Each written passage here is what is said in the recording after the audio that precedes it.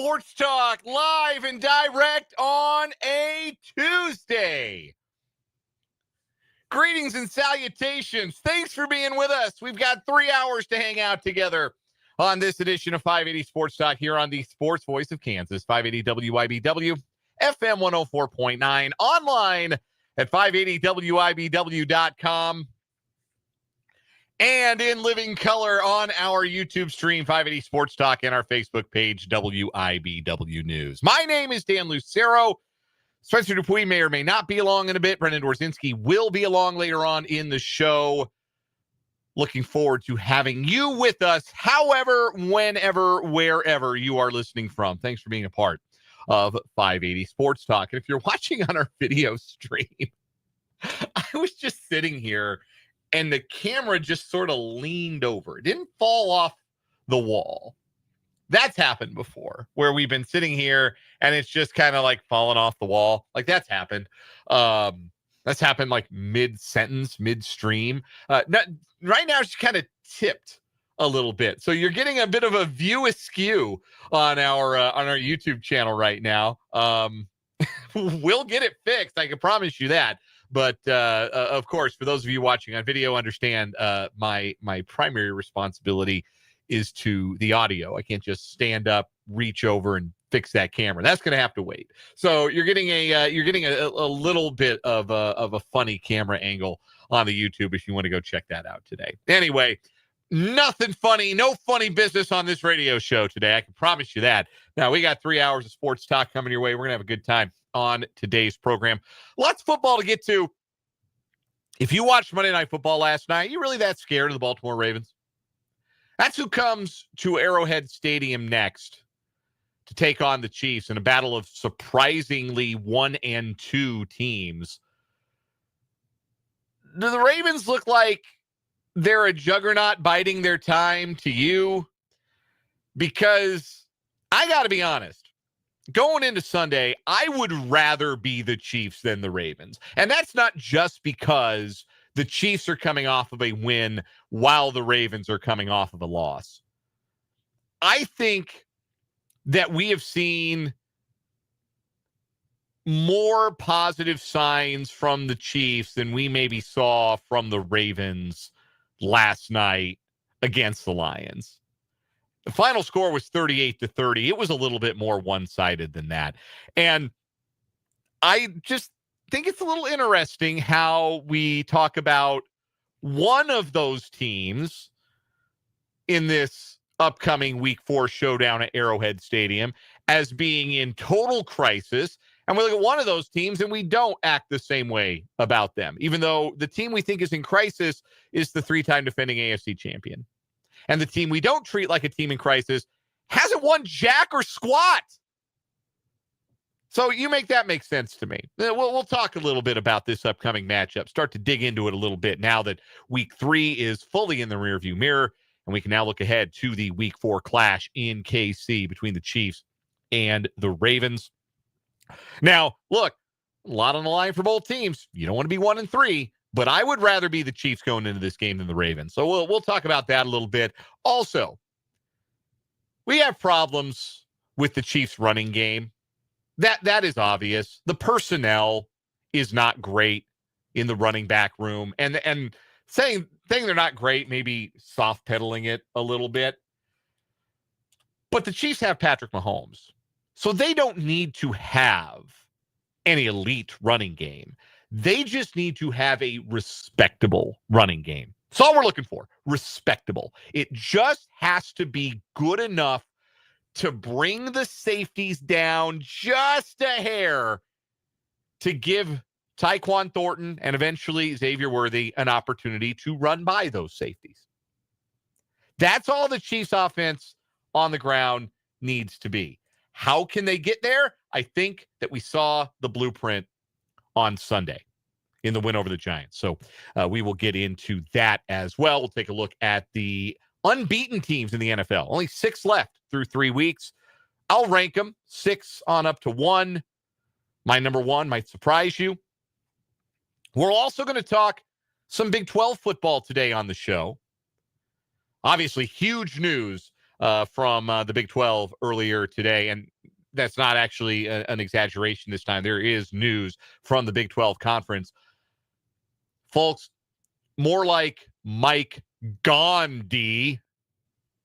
See what I did there? Mike Gundy out, parting ways with Oklahoma State. There is some rumor mongering out there that they asked him to step aside after the loss to Tulsa this past week. And when he declined to do that, they decided to part ways, which it's a firing. They had to make sure their ducks were in a row. That would certainly explain why you didn't do this Monday morning, why it took an extra day. Don't know if that's substantiated or not. I've only seen that from one source at this point, but that is the rumor that Oklahoma State wanted Mike Gundy to just step down, wanted to afford him that bit of dignity.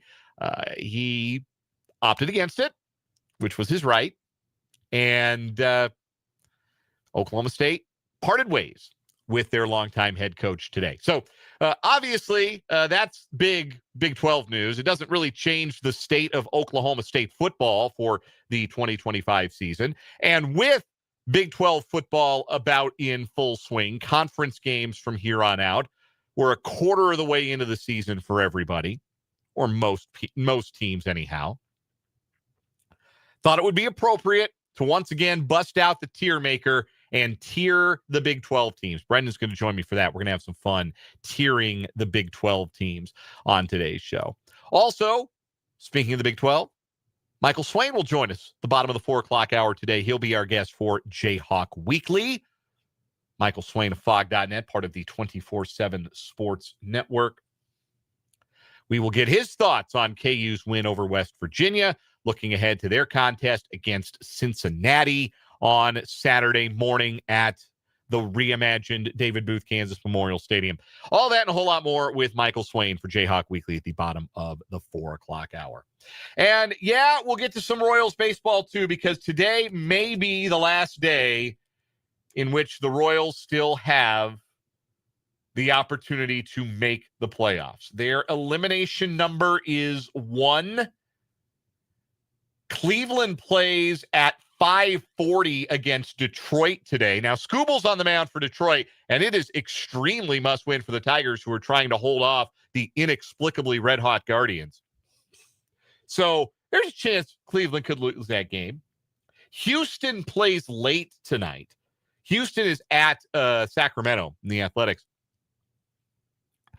Either of those teams winning tonight would mean that it does not matter what the Royals do in the first of their 3-game set against the Los Angeles Angels. Their season would effectively be over. They would be eliminated from American League playoff contention because the elimination number, the tragic number, if you will, is 1. The first pitch tonight between the Royals and the Angels is scheduled for 8:38 p.m. Central Time. Why such an odd time? Don't ask. I do not know. It's weird to me, too. But it means we'll have coverage tonight here on 580 WIBW and FM 104.9 starting at 8 p.m. So some late-night West Coast baseball to wrap up the regular season, these next 6 for the Royals. 3 against the Angels and 3 in Sacramento against the A's. Some reporting that should bring a smile to Royals fans' faces. It sounds like the Royals are planning to bring back Salvador Perez. Number 1, because duh. Number 2, because he'll be substantially cheaper next year, potentially. So we'll get into that as well. Plus, we'll have our headlines. We'll do Random Question Tuesday. We'll have some fun on the show today. Another round of What Is Wrong With You as well. Want to hear from you as we go along on the program today. The text line is open, 785-272-9429. That is 785-272-9429. You can also get at us in the YouTube comments. If you are watching the show on the YouTube channel today, 580 Sports Talk. Number 1, again, apologies for the camera malfunction. We'll get that fixed.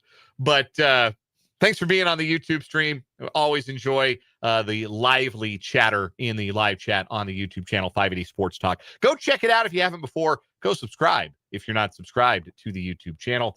A hearty good afternoon to our YouTube chatters who are in so far. Mark H. is in. Vance, the Jayhawker's in early. Good to see you. Ryan is in as well. Appreciate seeing you guys and look forward to hearing from you and more of you listeners / YouTube viewers as we go along today here on 580 Sports Talk. Lots of early talk about Mike Gundy, no longer the head coach at Oklahoma State. It couldn't continue. They lost to Tulsa in Stillwater for the first time in 1951. It could not continue. And I don't know where Oklahoma State goes. And we'll get to this more in headlines. We'll flesh it out a little bit more. I don't know where Oklahoma goes.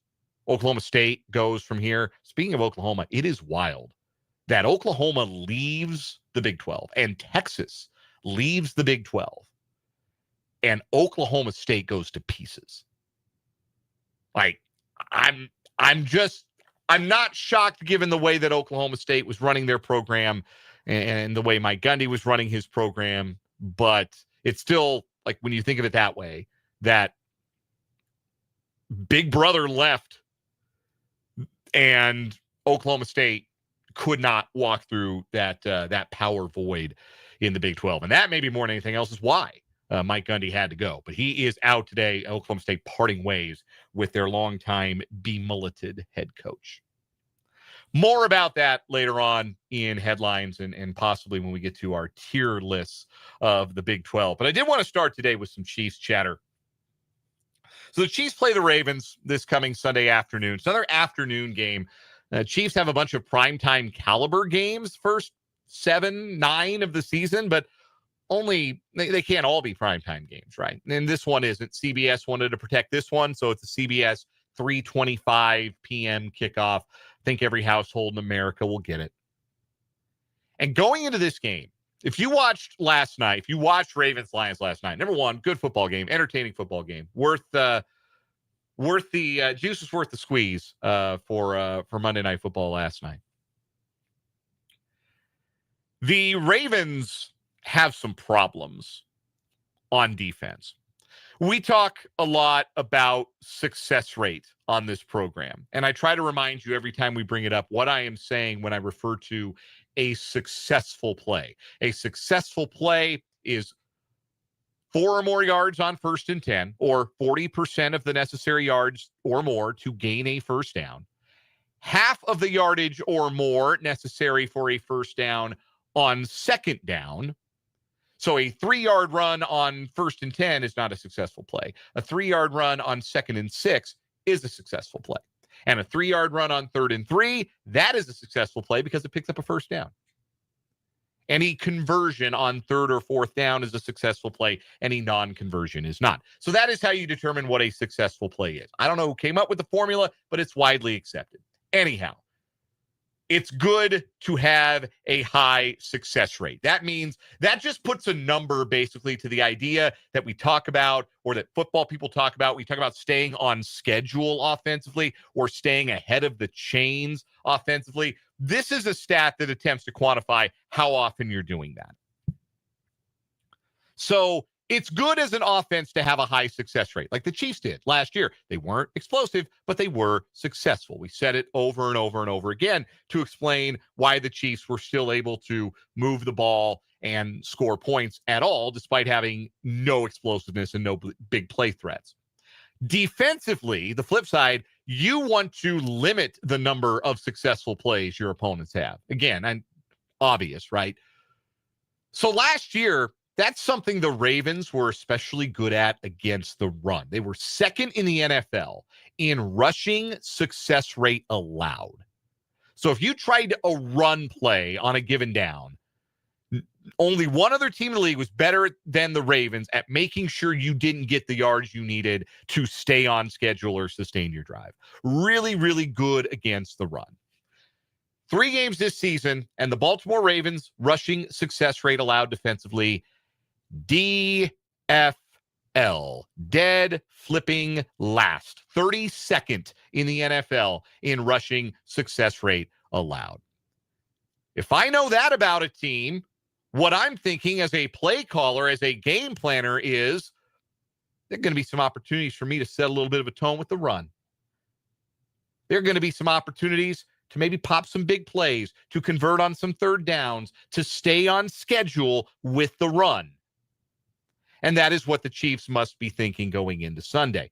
And I think that the game on Sunday night against the Giants offered the blueprint for what a successful night for the Chiefs is going to look like on the ground, because they don't have a Derrick Henry. They don't have to use the talent that the Ravens opponent last night had.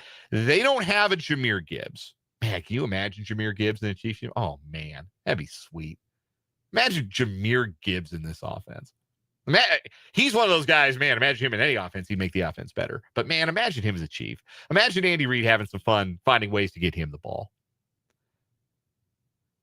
But they got him, and they got David Montgomery, who's also really good, had a game-clinching touchdown run, though I will say I kind of think Baltimore let him score on that run. I think that was a bit of a half-hearted pursuit on Montgomery's run to the end zone, but neither here nor there. The Chiefs don't have those guys. They got Isaiah Pacheco and Kareem Hunt, and they are who they are, right? They got Rashard Smith, who's still very much a work in progress, but the Chiefs running back room, it is what it is. That being said, against the Giants on Sunday night, a Giants team that had struggled mightily against the run their first 2 weeks, but also a Giants team with a lot of talent in the trenches.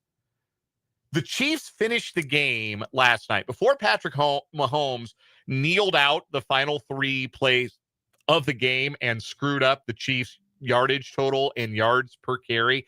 I hate that stat counts against the quarterback's rush yards. I think those should be team yards. I understand why they have to be accounted for. The stat sheet is a balance sheet, right? But I don't think the quarterback should get dinged for taking a knee. I think that should just be a team rush for a loss. I think they do that in college football. That would be an easy stat correction to make in the NFL. Anyway, before those 3 kneel downs, the Chiefs had 25 running plays for 108 net yards. So they ended up finishing with 28 for 105, which is less than 4 yards a carry, but 25 for 108 is over 4 yards a carry. Chiefs running backs, the aforementioned Pacheco, Hunt, and Smith, rushed 22 times for 92 yards. And Patrick Mahomes only carried the ball twice, scrambled twice for 5 yards. So the Chiefs were, in contrast to the first 2 weeks, less reliant on Patrick Mahomes to float their running game. There were 2 things in particular that stood out as adjustments that it feels like the Chiefs need to stay with. Number 1, jet sweeps. Get your speed onto the perimeter. Get those guys moving. Nico Remigio took an end around, a jet sweep, however you want to call it. He took a jet sweep 11 yards. Nico Remigio did that. And Nico Remigio is, wide receiver number 7. He ain't Xavier Worthy. Rashard Smith had an end around too. I think he took it like 8, maybe 9 yards. That's another guy who's going to be more successful on those kinds of runs. But those plays work for the Chiefs. They know how to set them up because they're consistent with their pre-snap motion, and they got fast guys, and they've got a guy in Rashard Smith who, when he gets out to the perimeter, can follow his blocks. So you can't build the whole offense out of jet sweeps, but I'd like to see more than just 2 of those this next week. Because the other thing that jet sweeps do is you take star pass rushers out of the game when you do jet sweeps. Pop passes are kind of like this. They just don't go into the book as run plays. They go in as pass plays. But those are great ways to get somebody going at speed at one of those pass rushers and hold them just a little bit. Give them a little something extra to think about, and then get around them out on the perimeter. Right now, the Ravens don't really appear to have one of those elite edge rushers. Kyle Van Noy's been hurt. His prognosis for Sunday isn't great. Mike Green, just a rookie. He's been ineffective. The Ravens sacked the quarterback last night as often as you did watching the game on your couch. 0 sacks for the Ravens against Jared Goff and the Lions last night. But I say all that to say the jet sweep is effective for a lot of reasons, and it should be effective with this team in particular because they got fast guys. The other thing that the Chiefs did really well, and we kind of joked about it yesterday. Matt Verderam joined us, our NFL insider. We talked to him in the 3 o'clock hour of yesterday's shows. We do every Monday. catch the podcast on our website, 580wibw.com, or at 580 Sports Talk on Spotify. If you want to hear those conversations back, you can also catch the video archive on our YouTube channel. But running the ball under center worked really effectively for the Chiefs, and they did it twice, and then they didn't do it again. They had one really good run, kind of a power run with Pacheco up the middle, and then they ran a counter play, like a delayed counter right to left from under center. That was a really effective run play. And then they really didn't go back to it again. But I think that they are going to be better running the ball like that in the long term. Look, the Chiefs don't need to all of a sudden average 300 yards a game on the ground like a service academy. They don't even need to be great at running the ball. They just have to be good enough. The bar is really low. They just have to be good enough to make those two high safeties that everybody in the league plays now think a little bit about where they're standing when the ball is snapped. That, okay, they're ripping off 4, 5, 6 yards of tote. I got to come up a little bit. I got to come up. No. There goes Xavier Worthy, and he's by me, and there's nothing I can do, and that's a touchdown.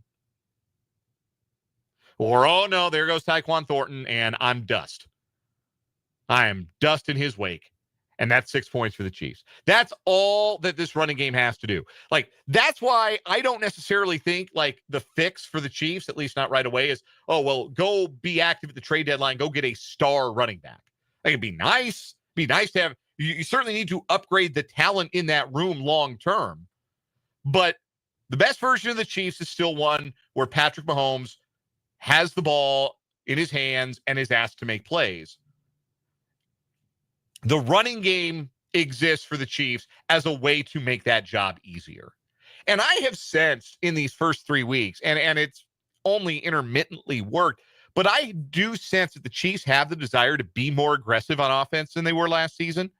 I think they have the pieces to do that. They've got more speed in the receiver room than they've had. And I do think that they'll get to a level of explosion in the passing game once they have their full component of guys back. That is going to make the passing game a lot more potent than what we've seen through 3 weeks. But in some ways, I think that makes it even more important. That aggressiveness and that desire to be explosive, that makes it even more important that the Chiefs put out a running game that opponents have to respect. And if that means more Patrick Mahomes under center, then that's what it means. I'm okay with that. They just have to find a way to make opponents have to respect the run. Doesn't need to be elite. It doesn't need to be, back in the Priest Holmes era, the Jamal Charles era. Those guys aren't walking through that door. But if you can generate a solid success rate on the ground, like the Chiefs did last year, with an equally not very good running back room, then you're going to have an opportunity, I think, to have those explosive plays still pop for you on offense. And against this struggling Ravens defense, I think the Chiefs are going to have an opportunity to keep the trains running with some successful early down run plays. We'll take a quick break here at 580 Sports Talk. Want your reaction, 785-272-9429, and in the YouTube chat. We'll talk a little bit more about that Monday Night Football game last night. We'll rank the unbeatens in the NFL. Lots of football talk this first hour. Later on in the show, we're going to tier the Big 12 football teams. We'll talk to Michael Swain, bottom of the 4 o'clock hour. We're just getting started, and we're so glad you're here on this Tuesday edition of 580 Sports Talk.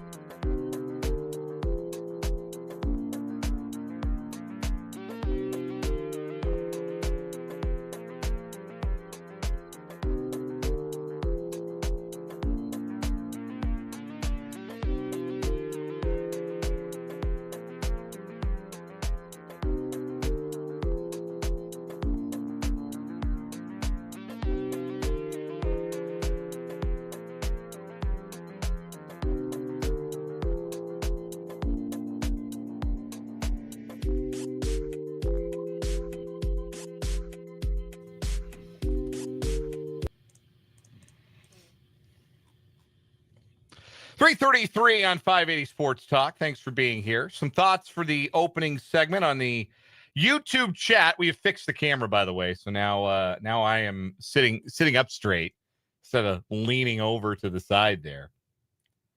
Some thoughts from the commentariat. Paul says Devin Achane in red would be awesome for the Chiefs and for my fantasy team. Yeah, Chiefs haven't had speed like that at the running back position since Jamal Charles. Like there's no question Achane's got special speed. The only issue for him has been availability. But that might mean he costs less to acquire. I don't know. That is definitely like, if you're thinking the Chiefs are going to go add running back number one to their running back room, go out and get a starting caliber running back, that would be the guy who would probably be at the top of the wish list right now, because it's the most obvious fit as far as, yeah, that team is going nowhere and they might be willing to do some business. So, yeah, I can certainly understand the desire for somebody like that. More realistically, like, if New England's out of it, could you call and get like Antonio Gibson for a song? Probably. Conditional sixth, something like that. That might be more the price range that the Chiefs are willing to spend to go acquire some running back help. But I do think they could use some, and I won't be surprised at all if those talks intensify as we get closer to the deadline. Andrew suggests that the Chiefs are going to go get C.J. Gardner-Johnson. He was released earlier today by the Texans. He wasn't released because he's bad at football. He was released because the Texans were sick of him. He's not a very good teammate, it turns out. And the Eagles certainly have gotten the best out of C.J. Gardner-Johnson in his career. But it sounds like 3 games in for an 0-3 Houston team, the Texans looked around and said, we just don't want this guy around anymore. We've already given him $7 million, but we would like him to leave immediately. We just cannot handle having him around. And look, the Chiefs have been a team that has been unafraid to take on guys who've been misfits or have been locker room issues elsewhere, have had locker room issues elsewhere. But I still really like the Chiefs safety room. Like, I don't think they have a burning need to add to their defensive back room right now. So I don't think that's going to happen, but never say never with Brett Veach, right? Like, the great teams are great because they're always looking for talent. So, some news and notes from around the NFL today. Monday Night Football last night. In the nobody cares about your fantasy team department, I know nobody cares about anybody's fantasy team, but I care about my fantasy team. And that last touchdown by Lamar Jackson, that touchdown pass, 27 yards to Mark Andrews, gave me a win in my money league by 0.1 points. Beat my old college roommate by 0.1 points because of that touchdown pass by Lamar Jackson. So I enjoyed that very much. That's why I was still watching after David Montgomery's touchdown put it on ice for the Lions. The thing that stood out most about that game was, I guess there were, I'll use the broad term pass rush as the thing that stood out the most both ways. Number one, the Ravens didn't have any. Nnamdi Madubuike didn't play with an injury or illness, and Kyle Van Noy didn't play, and uncertain as to whether or not those guys are going to be able to make it back for Sunday against the Chiefs. But without those guys, they had no pass rush juice. They could not get to Jared Goff at all. At all.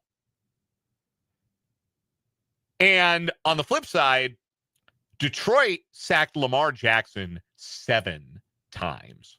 And they didn't do anything particularly inventive to do it. And some of it is they have Aiden Hutchinson. And Aiden Hutchinson, after breaking his leg last year in graphic fashion, he is all the way back. And he was winning against double teams. I think at one point he won a pass rush rep against a triple team. He looks like the guy who was looking like he was going to win Defensive Player of the Year last year before he got hurt. So that's obviously a big part of it, a big part of why Detroit is able to rush the passer so effectively. But, like, he's the only star on that unit. They don't have a bunch of other guys who are, 12, 15 sack guys. No, what the Lions did is actually fairly similar to what the Chiefs have always tried to do to Lamar Jackson and how they've been able to limit Lamar Jackson in their meetings. They sat a linebacker at the line of scrimmage, and they said, if you take off, this guy's going with you. The old QB spy, that orange circle on the play diagram if you play Madden or College Football 26. The old spy. And it's an easy thing to just toss out in there in theory. Well, yeah, just put a spy on Lamar Jackson. Easier said than done because Jackson's such a great athlete. But the guys they had spying Lamar played it to perfection. And you know who else has had success spying Lamar Jackson, who's done a really nice job doing that? Leo Chanel. So expect to see a lot of Leo Chanel 2-3 yards behind the line of scrimmage, just waiting to see what Lamar Jackson's going to do. Because I think the Chiefs, and we talked about this yesterday, Matt Verderam mentioned this when we had him on, the Chiefs are going to trust their defensive backs on the back end to win their matchups, to keep guys from getting open and winning their routes. So if that happens, if the Chiefs are sticky in coverage, that means Lamar's going to hold the ball. And when Lamar holds the ball, when he held it last night, he didn't go anywhere. He had 32 rushing yards, but he also ate 7 sacks. 7. And a lot of those rushing attempts that he had didn't go real far because Detroit tackled well, because the spy was effective at cutting off the big space for Lamar to run into. And the Chiefs have done that stuff. The Chiefs have done that effectively against Lamar Jackson. I said it at the top of the show. I'll say it again. I think I would much rather be the Chiefs going into Sunday than be the Ravens going into Sunday in that same matchup. Number one, Chiefs are at home. That's obviously a big deal. And the Chiefs should feel good about being able to protect their home field. But number two, like, the Chiefs have the ability and have proven that they have the ability to beat that Ravens team. What are they, 5-1 against Lamar's Ravens with Mahomes as the starting quarterback? I believe they're 5-1, and I'm not sure that includes the playoff game or not. But 5 of their last 6, let's just call it that. The Chiefs have the pieces not to do exactly what the Lions did to them, because, again, the Lions run the ball really good. They've got a better offensive line than the Chiefs. They run the ball super effectively because they've got 2 starting caliber running backs. The Chiefs don't really have any. So they can't do exactly what the Lions did. But can they have some early down success on the ground against a defense that's 32nd in the league in success rate allowed in rushing plays? Sure they can. Can that set the table for Patrick Mahomes and company to have some easily convertible third downs and keep the offense out on the field? Yes, it does. Does that then keep Lamar Jackson off the field? Yes, it does. Can the Chiefs spy Lamar Jackson? Yes, they can. They have. They've done it effectively. Can they bottle up Derrick Henry? They can. They have. We've seen them do that. I like this matchup for the Chiefs on Sunday. And I know there are a lot of people out there who have been looking at this game as a troublesome spot for the Chiefs. And this is not me saying that they can't lose, that there's no way they can lose. But I like this matchup for the Chiefs. And right now on current form, even with as much as we have seen the Chiefs struggle in certain departments over the course of the first 3 weeks, I would rather be the Chiefs than the Ravens on Sunday. Much rather be the Chiefs than the Ravens. And I also think psychologically, like, I think if the Chiefs lose, it wouldn't bother them. Like, it would bother them because they don't like to lose. They're competitors, all that, competitive spirit, all those things. But I think that the Chiefs would still feel at 1-3, like, okay, we got our best football ahead of us. We're going to be all right. If the Ravens lose and go to 1-3, it's a full-blown crisis. Because you know what that the Ravens don't have that the Chiefs do? It's a phrase that I have used on this show before. The Chiefs have this in bunches, and it doesn't just get the outside noise a little quieter as far as hearing it in the locker room, but it also gives you confidence to get through hard times, difficult times. The Chiefs have championship equity. That is a locker room full of champions. That is a locker room full of guys with rings on their fingers. Where are the rings in Baltimore? Where are the guys who've won together in Baltimore? They've won a lot of football games, won a lot of regular season games. But if you're in a Super Bowl window and you ain't got a Super Bowl and now you're 1-3, that starts to feel like a crisis. And it would feel like more of a crisis in Baltimore than it would in Kansas City. So I think there's a little bit more of a burden, a weight that Baltimore carries into this matchup than the Chiefs do. Not that either team wants to be 0-3. Not that, or 1-3. And not that 1-3 would be problematic for the Chiefs. I just think that's a little bit of a bigger deal for the Ravens because they don't have that championship equity. And the questions raised about a 1-3 start for that team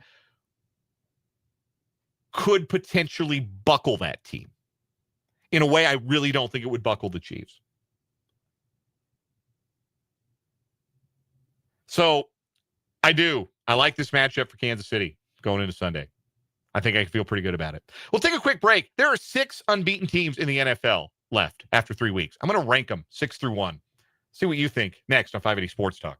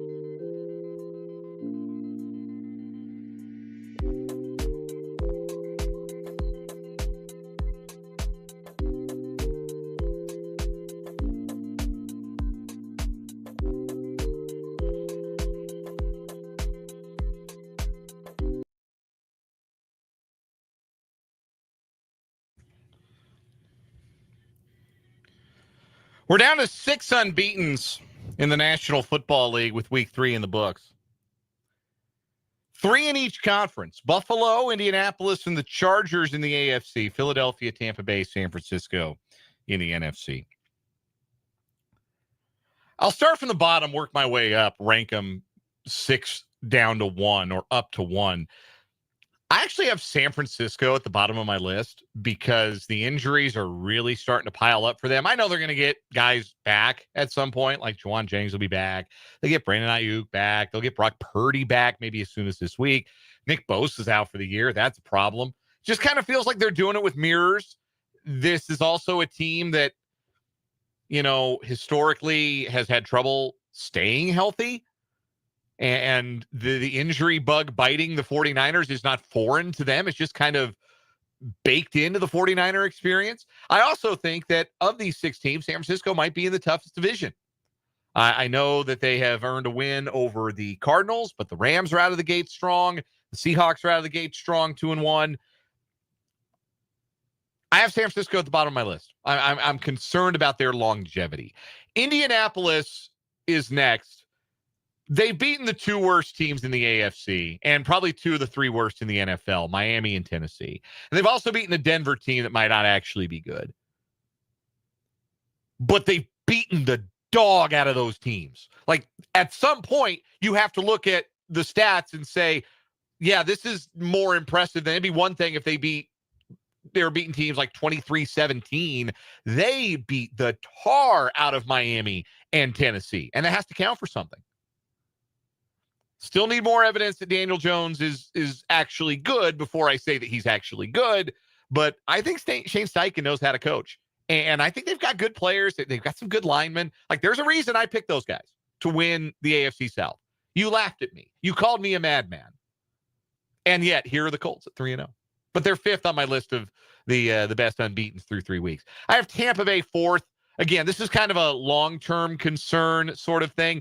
They're in a really easy division, and I think we'll probably end up winning it, especially if Atlanta really doesn't have a quarterback. Michael Penix is as bad as he looked against Carolina. Tampa Bay's got just enough talent to ride it out, but they are losing bodies left and right. Mike Evans is going to miss some time. Tristan Wirfs is still out. Luke Gedicke's out for the season. Their offensive line has taken a lot of blows, and it is hard to hold up with a largely backup offensive line for 17 games. You eventually start to feel the strain of that a little bit. So that's why I have Tampa Bay 4th. I have the Chargers 3rd. They're 3-0 against the division. 3 one-score wins. Now, not a one-score win against... Was it a one-score win against the Raiders? That game was so bad. I turned it off before it ended. Now I don't remember the final score of it. But with their win over Denver and then their one-score win over the Chiefs, and for years it was the Chargers don't win the close games. Well, what if they do now? It changes the entire narrative around the Chargers and around Justin Herbert if they're going to be the team that wins the close games. I kind of think that is down a little bit more to their opposition than to them. I think the Chiefs just didn't play well in that Brazil game. It was just a weird one, kind of gave it to them. I think Denver kind of just gave it to them on Sunday. So still some proving to do for the Chargers. They were also dealing with injuries. They've got some big injuries they're going to have to overcome for the bulk of the year. I rank Buffalo ahead of Philadelphia. I don't think either team has been amazing or like the best version of itself to start the season. But I think Buffalo has played better on balance than Philadelphia. They've got 3 one-score wins. They have had long stretches in games where they just don't move the ball.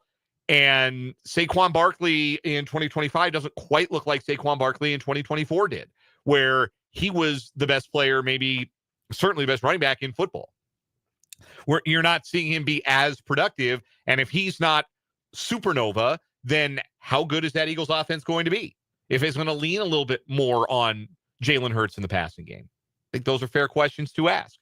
Buffalo's got questions too. It's interesting. I think in the course of this exercise, my broadest takeaway is I don't know right now that there is a clear-cut best team in the National Football League.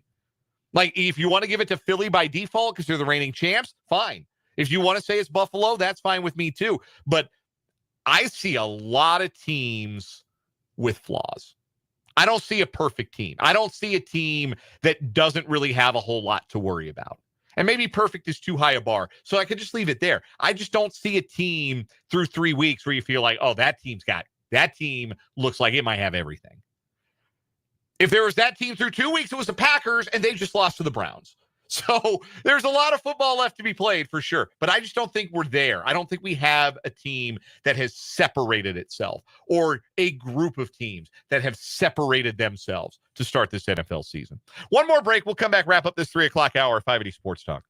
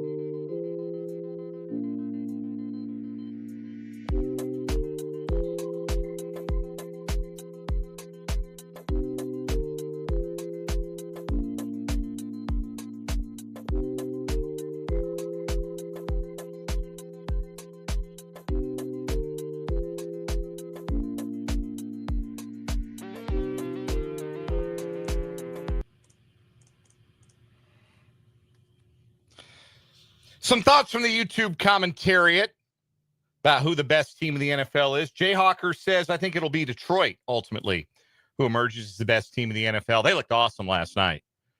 They absolutely deleted Lamar Jackson's scrambling and running abilities. They didn't turn the ball over and forced a turnover. They didn't miss a lot of tackles. The Ravens missed 20 tackles, according to the post-game stats. They looked a lot better than Baltimore, what I'll say. And that's it's no mean feat. I still think Baltimore, even at 1-2, is a good football team. But, Detroit, after that week 1 bobble, again, week 1, they got wrecked by the Packers. And we kind of, I don't know that we wrote them off, but we said, well, maybe things are a little different. Maybe that brain drain with Detroit will have an impact, losing their offensive and defensive coordinators. 2 very impressive performances since. Andrew says it might be the Chargers. He says their defense is pretty solid. They got weapons on the offensive side of the ball, and they're already 3-0 in their division. That is a huge advantage for winning the division. And they have a better passing game. There's no question. They've got a little bit more juice. Adding Keenan Allen and having him play as well as he has as wide receiver 2 has really juiced that passing game. They already had a legit wide receiver 1 in McConkey. Now Quentin Johnson can live in wide receiver 3 territory, which is probably where he belongs. We'll see what the running game does. Omarion Hampton was not great his first 2 games, was pretty good against the Broncos. They're going to need the running game to come along for sure. No Najee Harris the rest of the season hurts that. We're going to tier the Big 12 teams and talk to Michael Swain next hour, 580 Sports Talk.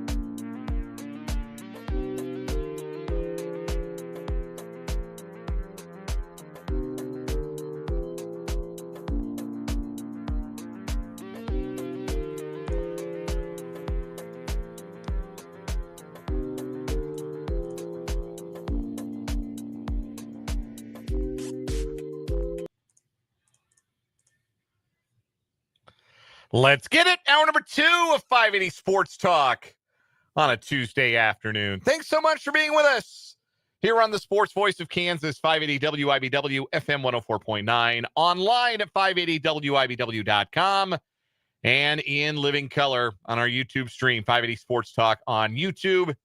Also streaming on Facebook at WIBW News. My name is Dan Lucero. Brendan Dworzinski is here. What's up, big man? What's up, fellas and ladies? I'm not trying to be, exclusionary here. What's up, everyone? Too much stuff going on in the sports world today, not to include Brendan Dworzinski on the proceedings today. Today is a major never wrong, just early day for me, who's been saying Mike Gundy should be fired for like 4 years. So the Jayhawk finally right. The Jayhawker made an interesting point in the YouTube comments. Shout out to our YouTube live chat over at 580 Sports Talk on YouTube. Hop in the live chat. It's been very lively. It's been very good. It's added to the show today. So we want to see more of you join it and grow in that 580 Sports Talk community. The Jayhawker made the point, and I want to go find the comment. I can throw it on the screen here on our chat. But he said, "Where is Oklahoma State going to get the money for a new coach?" Okay, I'm glad you bring that up because someone else. I made a comment on Twitter today about this, and someone replied to me and said, like, is that even like a top of the line job right now? And like, given the financial situation, and I kind of don't think so. I don't know that they're going to have to go Kansas hires David Beatty cheap. Oh, God. Because Kansas was in hock to 2 different fired coaches and a fired AD, and they could not afford anything better than David Beatty. I don't think it's quite that dire, but when you talk about what kind of job Oklahoma State is, like, the infrastructure's not even in place. That's a little by design. Mike Gundy didn't want to play the game as it is needing to be played in modern day college football, and that's why the program is where it is. So whoever comes in is going to have to like help to get all of that in place, work the portal, do more NIL stuff, do stuff with the boosters, shake a few more hands, kiss a few more babies. Like, that is going to be a job where you're going to have maybe not just 1 year zero. You're going to need a couple of years of goodwill to try and build that thing up. And yeah, I don't know. They're not going to go get a star. My guess is it's probably going to be either a coordinator or somebody with ties to the university who's maybe with the staff right now. There are, I don't know how much of this you got into earlier on in the show, but based on just digging around the internet, because when a coach gets fired in college sports, what happens immediately with the content mill? Hot board. Who's on the hot board to replace this coach? And I have seen 3 names that I think make a lot of sense. And I think 2 are very clearly at the top, and then the third one is fairly far down. I think all of them are interesting for one reason or another. We heard this a couple weeks ago that Zach Robinson is their top target. Former OSU quarterback, played for Gundy. Offensive coordinator of the Falcons. And I thought when that was first whispered about a couple weeks, and I think it even came up on the show, I was like, yeah, guys don't like to leave the NFL. Like, Kellen Moore was pretty obviously offered the Boise State job a couple years ago. It was like, hey, I love my alma mater. I love being in the NFL more. And if he fails in New Orleans and Spencer Danielson flames out in Boise, guess what? Kellen Moore's going to go coach Boise State someday. Like, I believe I am an NFL coach. I'm staying in the NFL. And that was when he was still a coordinator. Yeah. Zach Robinson, I figured the same thing. Atlanta has already done we're moving our play caller from the booth to the field thing, though, starting this week. They scored exactly 0 points against a bottom 3 defense in the league this weekend. They scored 0 against Carolina. Yeah, it's moving in the direction of Atlanta needs to clean house and the coaching staff again. Yeah. Which yikes. Big yikes. Would free up Zach Robinson. And if I was Zach Robinson and I just got fired, I'm like, you know what? Actually, college sounds kind of nice. Yeah. My alma mater sounds kind of nice. I think he's the top of the list. I think G.J. Kinney at Texas State's at the top of the list. His offense is awesome. It is a blast. He's young. He is from Texas. He went to Tulsa. So you want to talk about knowing the recruiting ground? That dude. You want to talk about a guy who knows about losing games against Tulsa? It's the guy who played for Tulsa, okay? So that would, to me, I think he's going to be at the top of the list. I think he's going to be at the top of almost everyone's list in this part of the country. The third name is Colin Klein. And I think he is clearly third behind those two guys, if I had to guess. But he wants to be a head coach someday. I mean, I think that's been made clear. He knows the Big 12 and knows what it takes to win in the Big 12. He is a hot name right now. And if you go check social media, Blue Sky, Twitter, Reddit, whatever, A&M fans do not want to lose Colin Klein, which that's usually a good indicator that, he is a good coach. People like him. Yeah, he's a good coordinator. There are plenty of folks, plenty of our friends, close and distant, about 45 minutes west of us and in the greater K-State diaspora, and some of whom are very active with the Twitter fingers recently, who are like, if I got my choice, I'd fire Chris Kleiman and go get Colin Klein. For what it's worth, I do not agree with that. I think that's very dumb.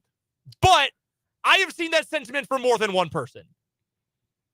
Can you imagine if he took the job at Oklahoma State? Like, I would feel very familiar. Good at it. It would feel very familiar. It would feel like when Brad Underwood did it. Yeah, like that. And he only lasted a year. Obviously, he got an even better job. But he only lasted a year because he was good. Yeah. Like, that would be weird. It would feel like the Brad Underwood thing all over. And again, I don't. Same colors and all. Obviously, I have no sourcing. But to me, just based on vibe, I think Klein would be no better than third on that list. But, I think Colin Klein would do a good job there.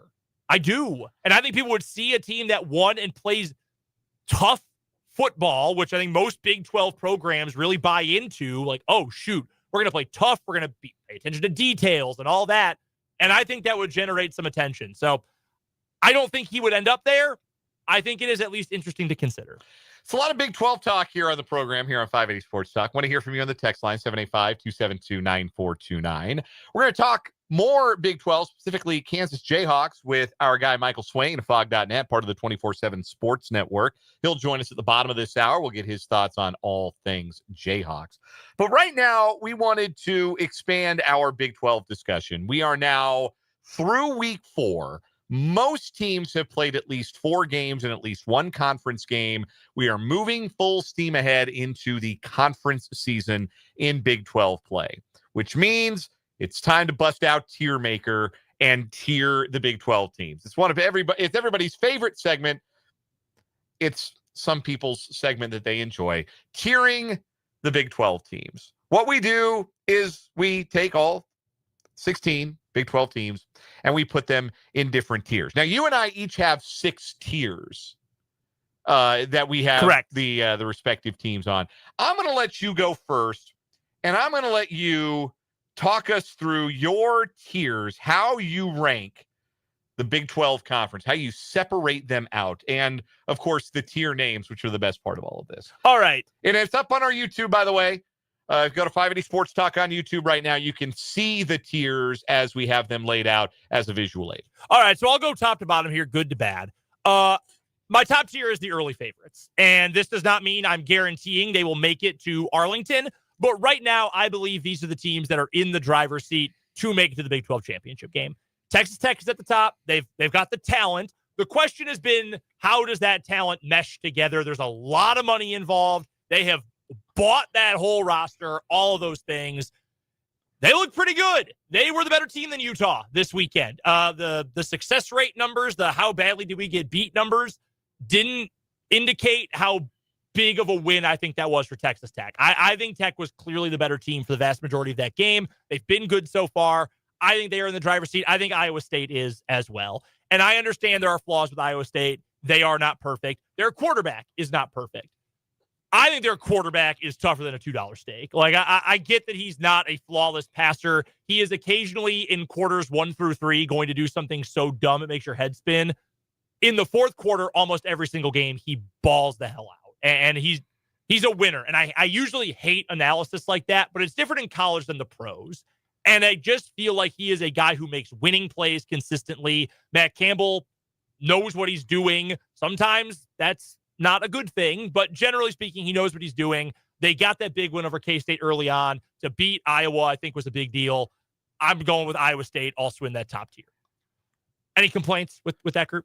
No, it is, in fact, a direct match for my top group. All right, perfect. So my second tier then, buying stock. I would say these are 4 teams that I can make a very reasonable, don't have to squint all that much, and I can see a path to them making the conference championship game. I'm going to start with KU, and if you told me KU is the weakest of this group, that's fine. I won't argue that. The schedule lines up pretty well for KU the rest of the season. It was not a great game for the offense this week, even though they scored 41 points, a lot of missed opportunities out there in the field. But Cincinnati, they're an 8-point favorite now at home this week. UCF's 3-0. We'll get to UCF. Tech's going to be tough, especially in Lubbock. KU's going to be favored over K-State this year. Oklahoma State at home. Arizona, not buying it. Iowa State will be tough, and then Utah at the end of the year. I mean, can you see 8 wins here? Can you see 7-2 as a conference record here? Because I very easily can. Yeah, we talked about that yesterday, in fact, that I think they'll be favored in all but 2 of their conference games.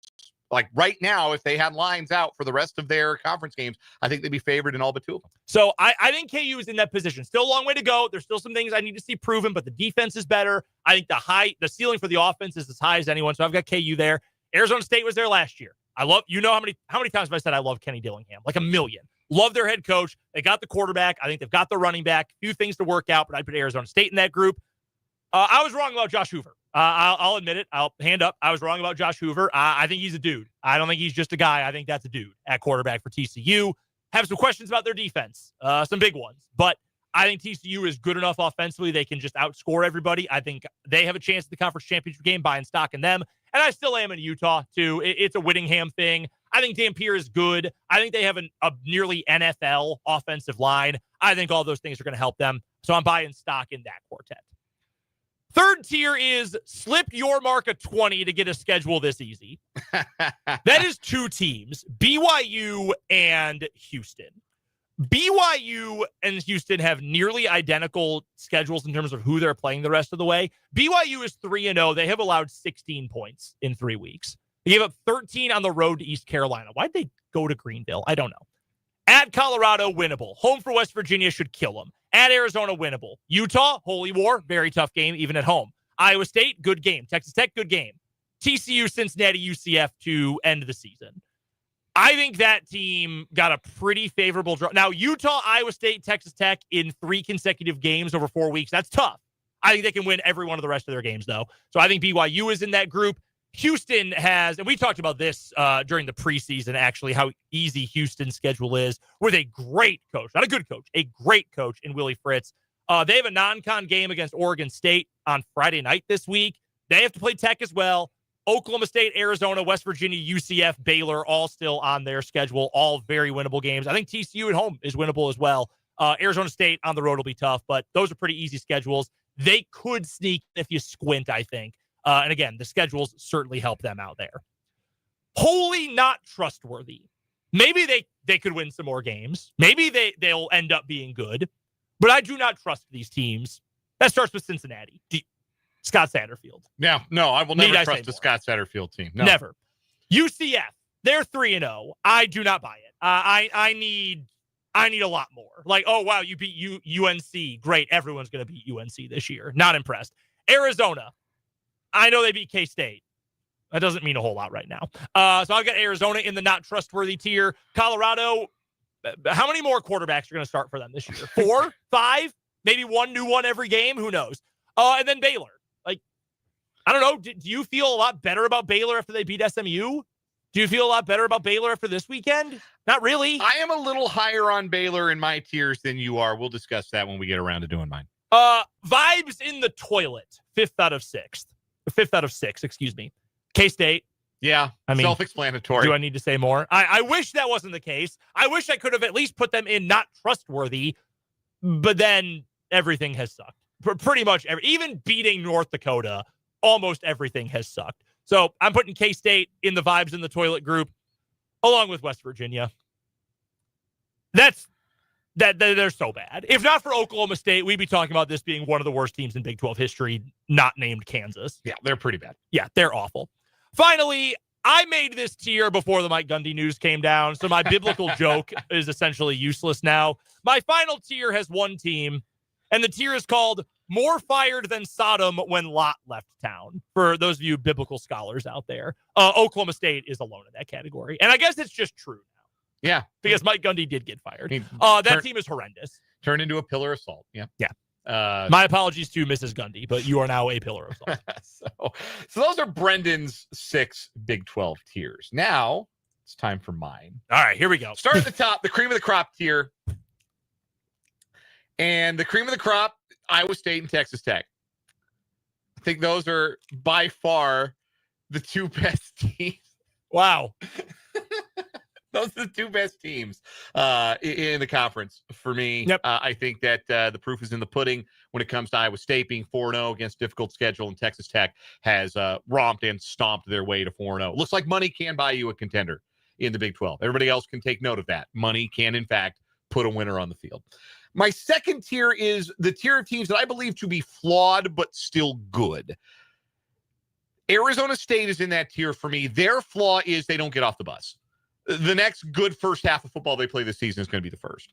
That cost them against Mississippi State because they had to rally in that game, and they had no business losing to Mississippi State, but they did. It nearly cost them against Baylor on Saturday. They did not start particularly well. They have got to get off to better starts. There's no reason they should. They have a veteran quarterback. No reason this team should be a slow starting team. I'm inclined to believe they'll get that ironed out and still be pretty good. But right now, it's a flawed team. Utah falls into that. Their flaw might be that Devin Dampier is already dinged up. I don't know if you saw this out there today, but Utah got in a little hot water with the Big 12 because Devin Dampier didn't practice all week. Oh. And they never put him on the player availability report for the week. And Utah's contention was it was never a doubt he was going to play. We were just holding him out of practice. So we never felt like there was a need to put him on the player availability list because it's not a practice report like the NFL's one is. So that's where Dampier was at. He was too hurt to practice, but not too hurt to play. Well, that doesn't seem great. And they got bullied by Texas Tech. So their flaw might be that maybe they're not as explosive on offense as we thought they were when they ran roughshod through UCLA. Baylor is good in the sense that Sawyer Robertson is the truth, and they've got a lot of speed on offense, and they're going to beat some teams. They're going to win some games in the league, but their defense is atrocious. They're going to play a lot of 48-47 football games, it feels like. That's worrisome for a defensive head coach. Yes. It honestly, it's the kind of thing where if that leads them to 7-5, Dave Aranda doesn't come back. And maybe he doesn't come back if they're 8-4 either. Like, what is it you say you do here if you're a defensive-minded coach and your defenses stink? That's kind of where Baylor is at. My third tier, the stonks tier. These are teams that I like a lot better now than I did back in July when we first started contemplating 2025 Big 12 football. KU is in that tier for me. We've gone from talking bowl game as a reasonable expectation to why can't they go 7-2 in the league? Why can't they? Totally fair. So I think their stock is up. TCU, their stock is up. That win over SMU was a lot more convincing than the final score would have suggested. They got screwed out of a touchdown on a blown call. There was another weird play which cost them a possession on interception. It was just kind of a weird play, but TCU controlled that game against an SMU team I still think is good for 60 minutes. I think TCU's got something. I don't know that it's top of the conference good, but they are not going to be fun to play because Josh Hoover has taken a big step forward. And Houston's stock is up for me because Willie Fritz is their coach. And Connor Wegman was never like awful, just couldn't really stay healthy, stay on the field, stay in that job at Texas A&M. He's in better shape, frankly. He's healthier. He's in better shape. They lit Colorado up 2 Friday nights ago. That was a very impressive win for Houston. So I like what I'm seeing from them. My fourth tier is the not buying but not selling tier. And this is where I have Arizona and BYU. Both teams are unbeaten. Neither team has played anybody of real consequence other than Arizona's game against Kansas State. And that is, again, more of a reflection of what's happened to Kansas State through their first 4 games. But they've got some impressive results on paper. I don't know how real those things are. Arizona, because they were so bad last year in year 1 under Brent Brennan, but maybe they've made a real turnaround on defense. BYU, maybe it's a culture thing, and they can get by with a freshman quarterback who has been a little underwhelming at times, even in some dominant victories. I think there's a chance that both of those teams are solid teams that ruin some people's days in the intervening Saturdays between now and the Big 12 championship game. But I'm not willing to buy all the way in on what I've seen just yet because of the relative competition that either team has played. My fifth tier is the dreaming of Shreveport in December tier. This is An Independence Bowl berth sounds great right now. This is, if we go 6-6, we'll take it and run. This is the Kansas State tier. This is where I have them right now.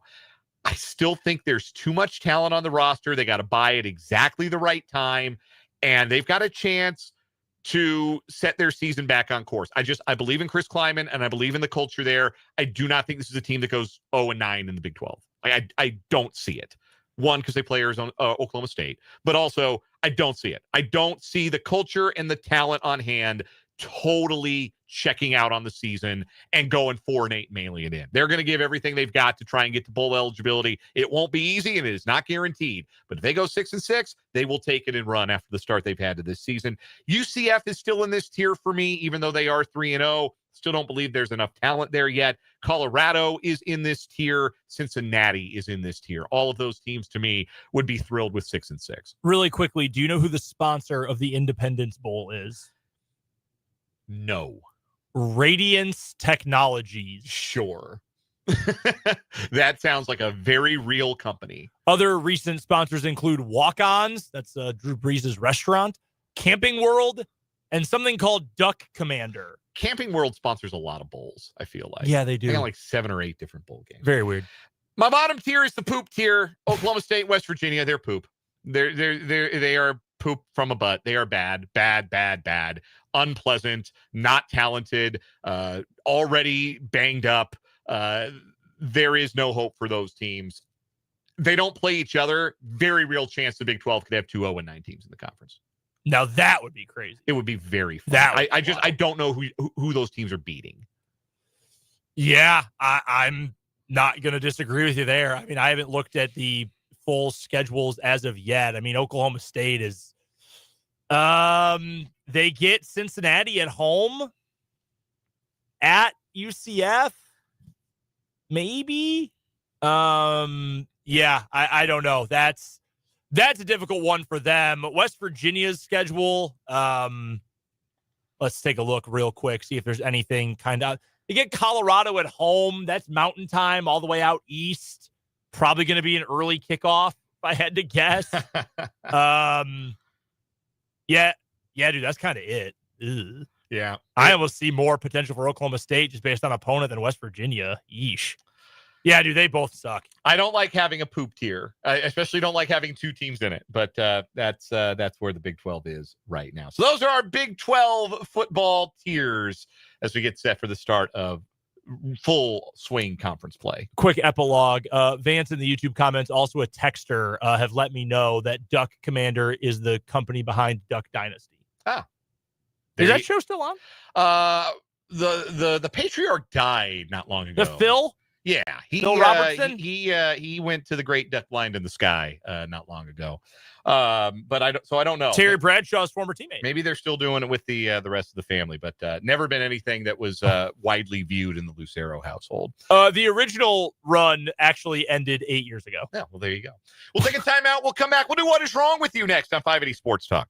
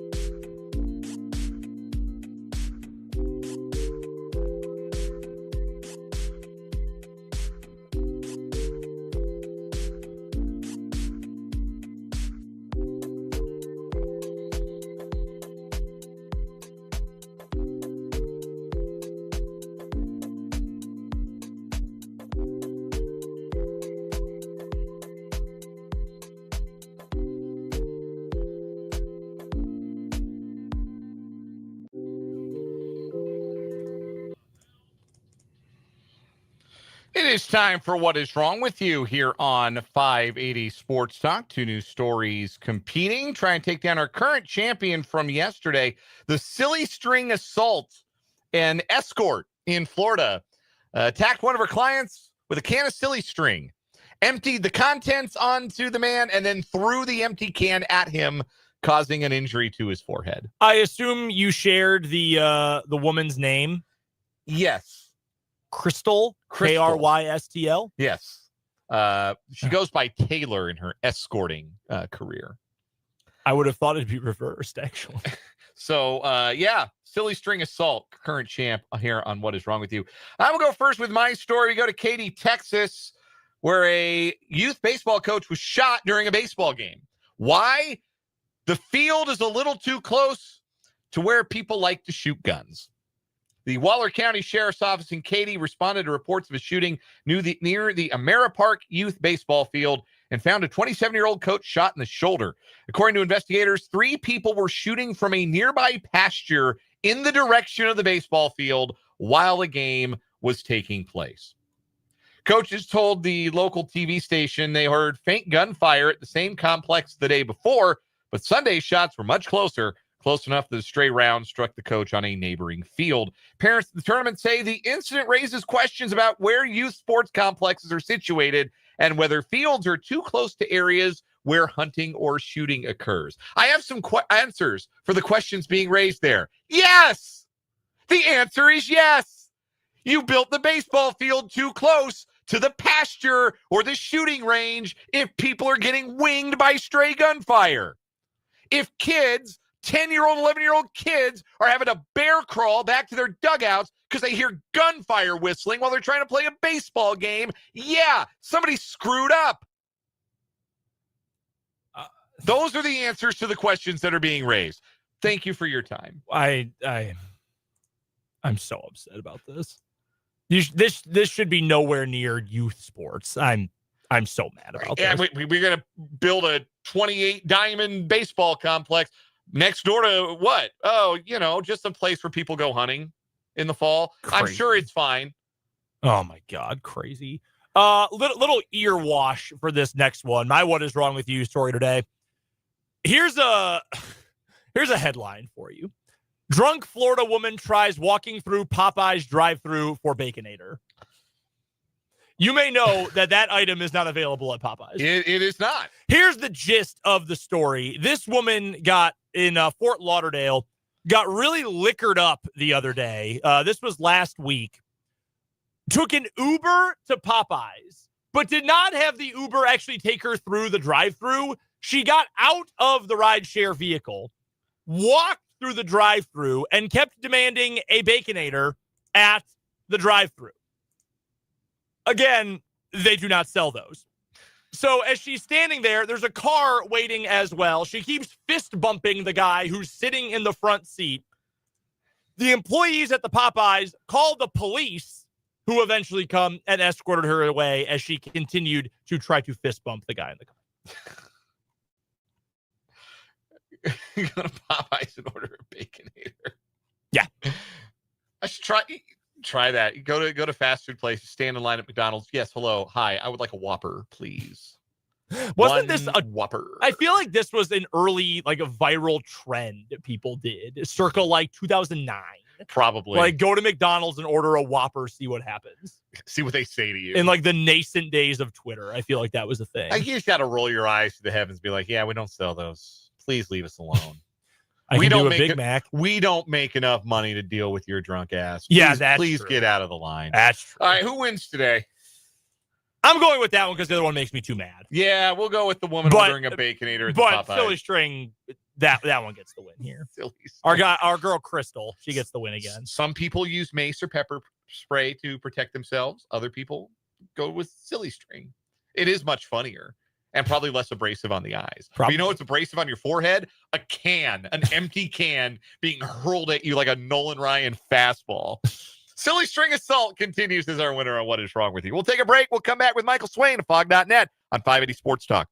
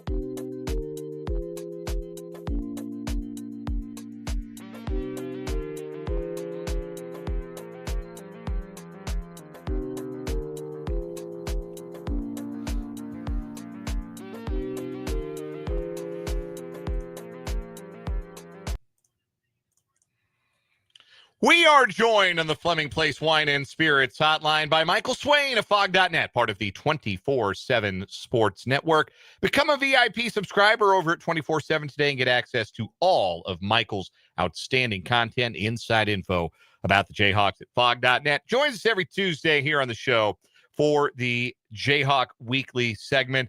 Michael, West Virginia is not good. We know that, but good teams do what KU did to West Virginia to bad teams. Do you feel better about KU based upon their performance on Saturday, or do you feel like that was just taking care of business for what you've understood KU to be?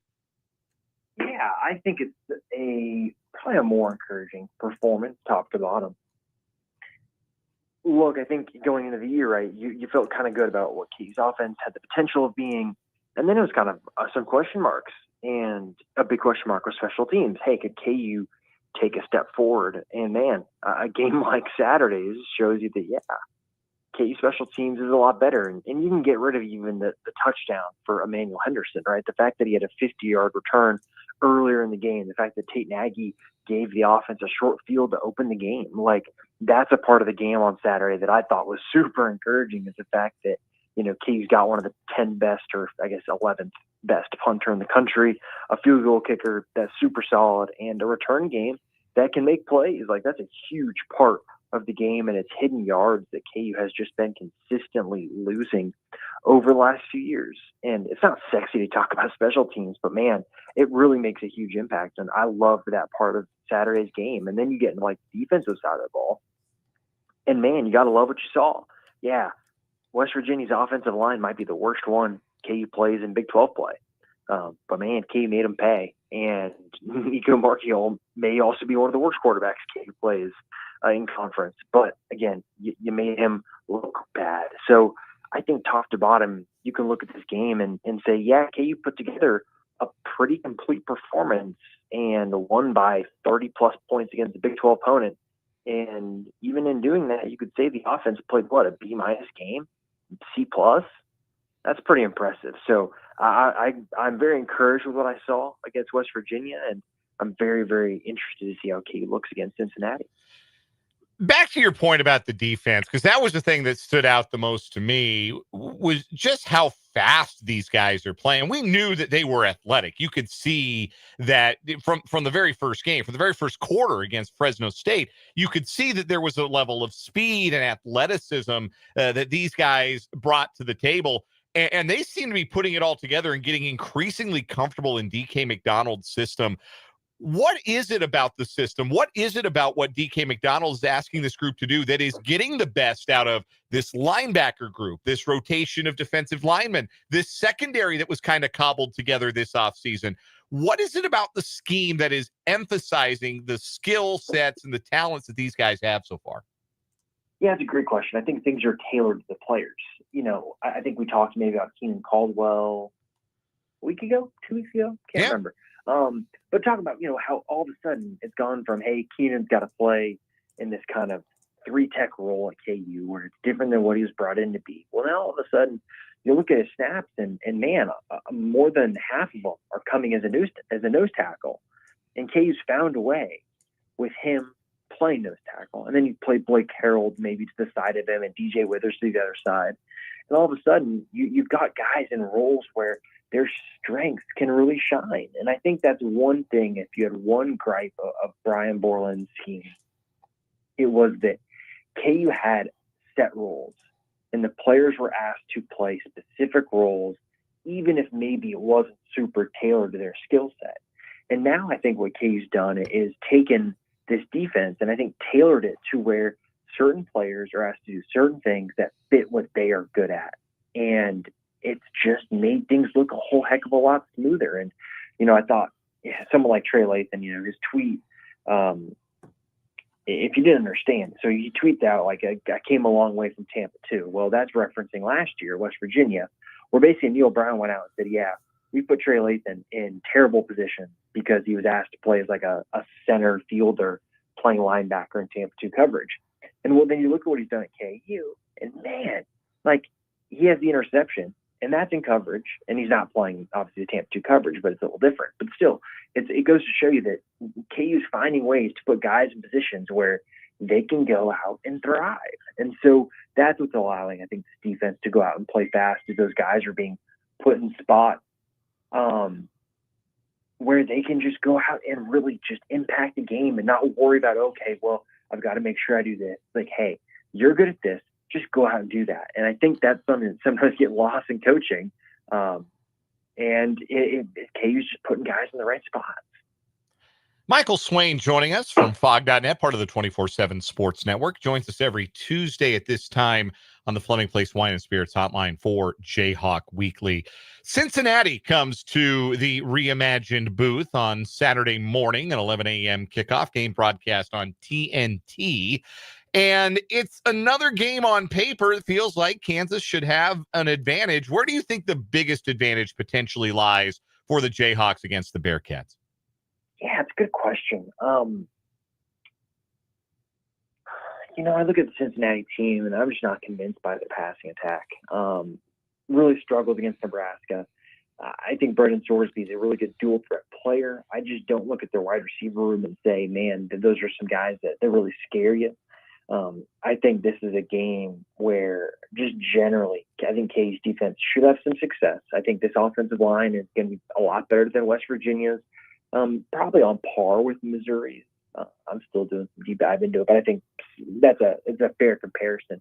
But I just look at what Cincinnati has at the skill position, and it's just not stuff that I think really blows you away. And so I think KU should have an advantage there. But look, I think you can, on the other hand, like look at some of the stuff that Cincinnati does and the way they bring pressure from different angles and the way that Sorsby can really change games with his legs. And Cincinnati's a better team than West Virginia, and they're going to give KU some trouble in some areas. But I just look at the guys that Sorsby's handing it off to and throwing the ball to, and I'm just not super convinced by their wide receivers and by their running backs. Looking at the matchup for the KU offense, you mentioned, and I agree with you wholeheartedly, I didn't think they were stellar on Saturday. It felt like they left a little money on the table, and it doesn't also seem like Daniel Highshaw's all the way back to full health. He only got the 2 carries and exited the game, but LaShawn Williams showed some juice. Jalen Daniels as a runner is making an impact. What do you think KU's best at offensively right now? And kind of maybe what is emerging as their identity as they move full speed ahead into Big 12 play? Yeah, it's so funny because I think, KU's identity is certainly, I'm trying to think where I would put it. Like, they want to be a balanced attack, but I think right now the issue is that just the run game has not been consistent. And so I think KU's going to have to unleash Jalen on the ground a little bit more, and that's going to create some risk, obviously, and he's going to have to be trusted to be smart. But I think you look at what they want to be. They want multiple. You've seen that so far, right? Guys are used in different ways. There's so many different tight ends being leaned on. You can look at Emmanuel Henderson coming out of the slot, playing out wide, right? They're providing that. I just think that this run game needs to find a groove. And if it does, I think all of a sudden you're going to look at this offense and it's going to get back to that point where, man, they look like scoring on every drive. And right now, I just don't get that same feeling. Right now, it feels like KU is a little bit big play reliant. They're using explosive plays to get down the field. That's great.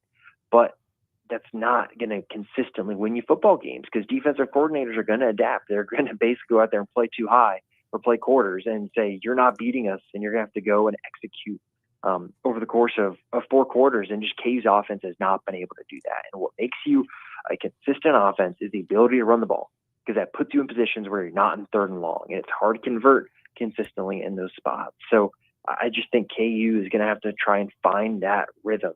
And if they do, I think it's the same old identity KU's had. But for right now, I think it's a team that relies on the passing attack a lot for explosive plays, and really kind of is a team that's hoping to hit 2 or 3 explosive runs over the course of the game. And that's just not, when KU's offense has been at its best, that's not what they've been. Are joined by Michael Swain of Fog.net, part of the 24/7 Sports Network for Jayhawk Weekly here on 580 Sports Talk.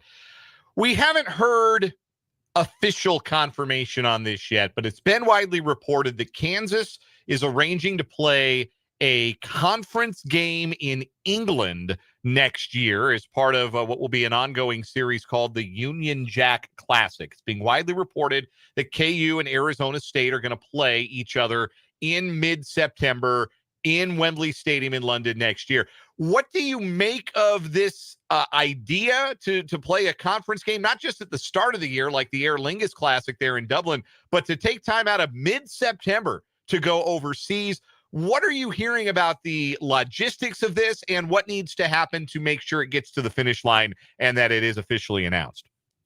Yeah, this is going to happen. Like, it would take some major stuff, I think, not going KU's way and not going Arizona State's way. So right now, what they're waiting on is Arizona State is moving its Hawaii game, I believe, to week 5, maybe week 6. But they've got to move their Hawaii game, and KU's got to move Middle Tennessee State to week 0. Now, the issue is, and what's taking so long, is that you can't just willy-nilly move games to week 0. You've got to play Hawaii. You've got to play overseas. Like, you have to have something else going on that gets you to do it. And the issue is at least my understanding, is that the ball's in Middle Tennessee State's court because they're the ones that now have to put in their own waiver. KU gets the waiver because they're playing in London potentially. Well, now you need Middle Tennessee State's side to get a waiver from the NCAA, and they'll get it. But it's something that takes a little bit longer, and it is just dragging out a little bit. So once that happens, once all the kind of bells and whistles, T's are crossed and I's are dotted, like it'll go through. What do I think about it, man? It's one of those where I can give you an argument either way. If you want me to tell you it's awesome, cool, I can do that. I could talk to you about how going to play the first power conference game in London, playing one of the most historic, stadiums in the world, Wembley Stadium. You're getting a chance to get the Kansas brand out there. There's going to be some creative TV stuff potentially going on. If you want me to tell you how bad it's going to be, well, hey, look, KU's losing a home game. They're going to play 3 home games after September 12th. It's going to mean that season ticket holders are going to get one less chance to watch KU in person next year. There's just a lot you can go either way. And so me personally, I'm a big fan of college football games being played on campus. I think that's what makes the sport special. The NFL is the NFL. It's a corporate money-making machine. College football is becoming that, but I think at its core, it's not what it should be. And so I will always advocate for games being played on campuses. I think some of the stuff we've seen lately, who was it? Was Virginia Tech, South Carolina playing in Atlanta? That's the stupidest thing I've ever seen. Like, play a home and home. Like, don't go play some random, meaningless non-conference game in front of, in an NFL. So just personally, that's kind of my take. But I think either way, like, you can make arguments for it. I know KU's going to make their own arguments of why it's a good thing. And I think there are definitely valid reasons to do this. I also think that just in the spirit of college football, there are valid reasons you can push back against it just as well.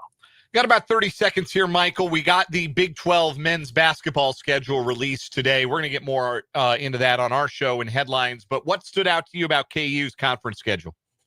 Yeah, I mean, obviously, KU not playing BYU twice is super silly. But I think generally, like, it's not one of those where you look at some of the travel and think that, man, like, the KU kind of got screwed. Obviously, KU plays Iowa State on a Tuesday, then Baylor on a Friday. Friday game, kind of weird, but that's a tough stretch. And then I think it's BYU home on a Saturday, then at Texas Tech on a big Monday. Those are 2 of the hardest games, I think, on KU's schedule. Having those back-to-back and a Saturday, Monday, that's a challenge. So I think overall, not as bad as it could have been. Obviously, it's Big 12. You're going to find stretches in a season that are not going to be easy. But I think top to bottom, it's a fair schedule for KU, and it should make for a very interesting conference season. Michael Swain's got all of the Jayhawk news and notes covered over at fog.net, part of the 24/7 Sports Network. Become a VIP subscriber today. It is well worth it. Michael joins us every Tuesday for Jayhawk Weekly. Always a pleasure, Michael. We'll do it again next week. Sounds great. Talk to you next week. That is Michael Swain. We'll step aside for a timeout. Come back, wrap up this 4 o'clock hour, 580 Sports Talk.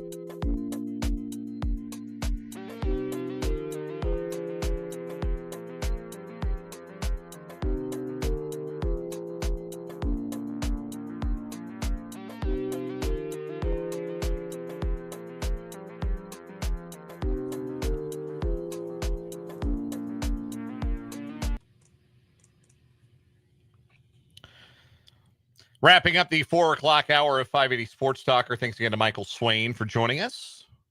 Miss any part of that interview? Check out the podcast page, 580wibw.com. Check us out on Spotify by searching for 580 Sports Talk.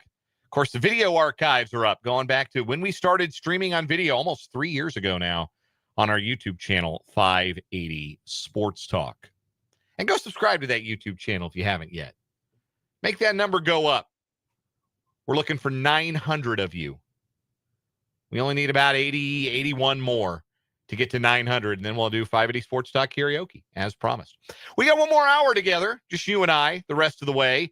We got headlines, busy day in the sports world, lots to discuss, including, as I mentioned, the Big 12 basketball men's conference schedules for both KU and K-State. We'll go through those, talk about Mike Gundy out. We'll talk about automatic ball strike system in Major League Baseball next year, and a whole lot more. Plus, why I think the idea of anybody panicking 3 weeks into the NFL season is a little overblown.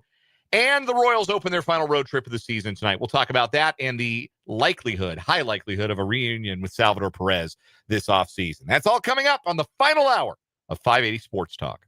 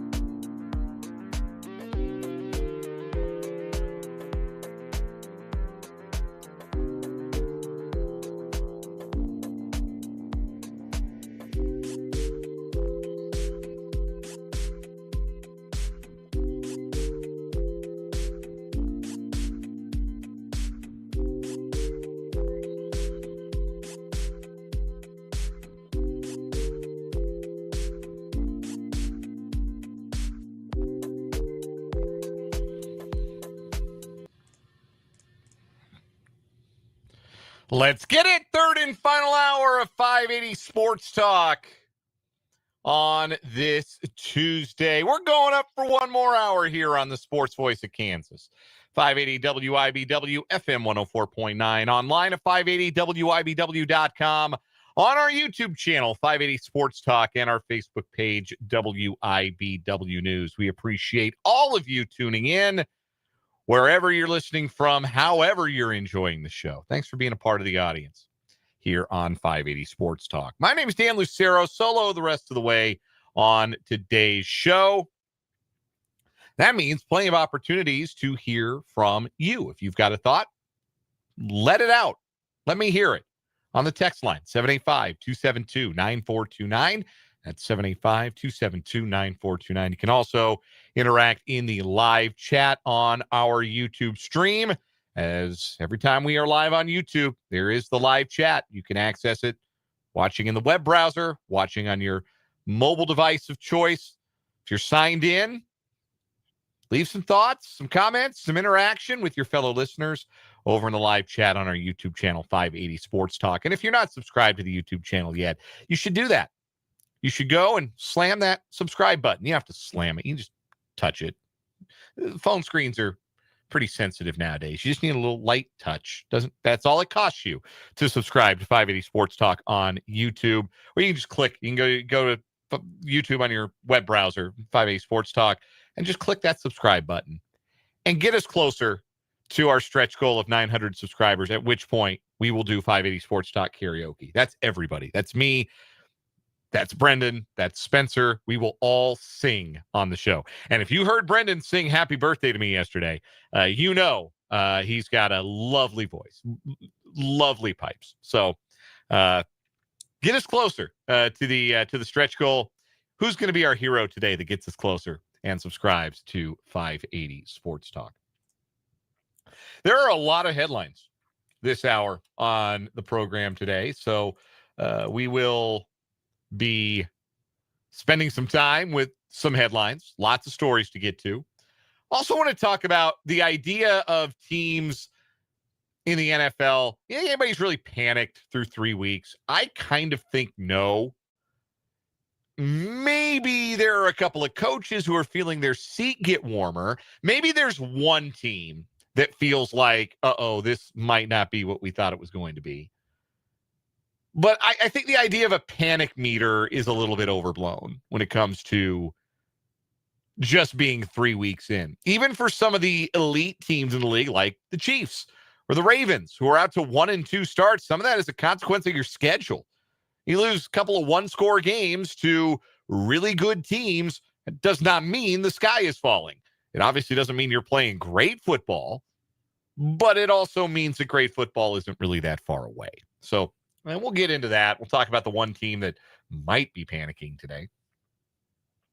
And we'll talk some baseball, too, to wrap up the show. Royals baseball is something you're going to have to stay up for tonight. You got to really want it. Royals start tonight in Los Angeles at Angel Stadium at 8:38 Central Time. That's when we'll have the first pitch tonight between the Royals and the Angels in the first of 3 games between the two.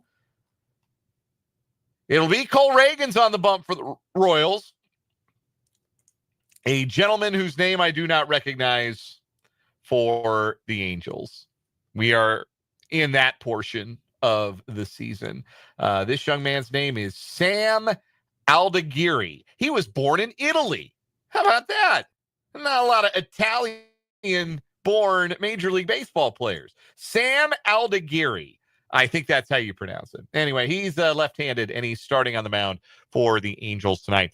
We'll have pregame coverage from the Royals Baseball Network here on 580 WIBW FM 104.9 starting at 8 o'clock tonight. And again, 8:38 first pitch. There is a non-zero chance that when the Royals take the field, they will already have been eliminated from the playoffs. If Cleveland beats Detroit tonight in a game that starts almost a full 3 hours before the Royals take the field, the Royals would have been, with a Cleveland win today, eliminated from the playoffs. But if Cleveland loses, and Detroit is starting Tarek Skubal tonight, I believe, and if Houston loses, they play the A's in Sacramento. They actually start later than the Royals do.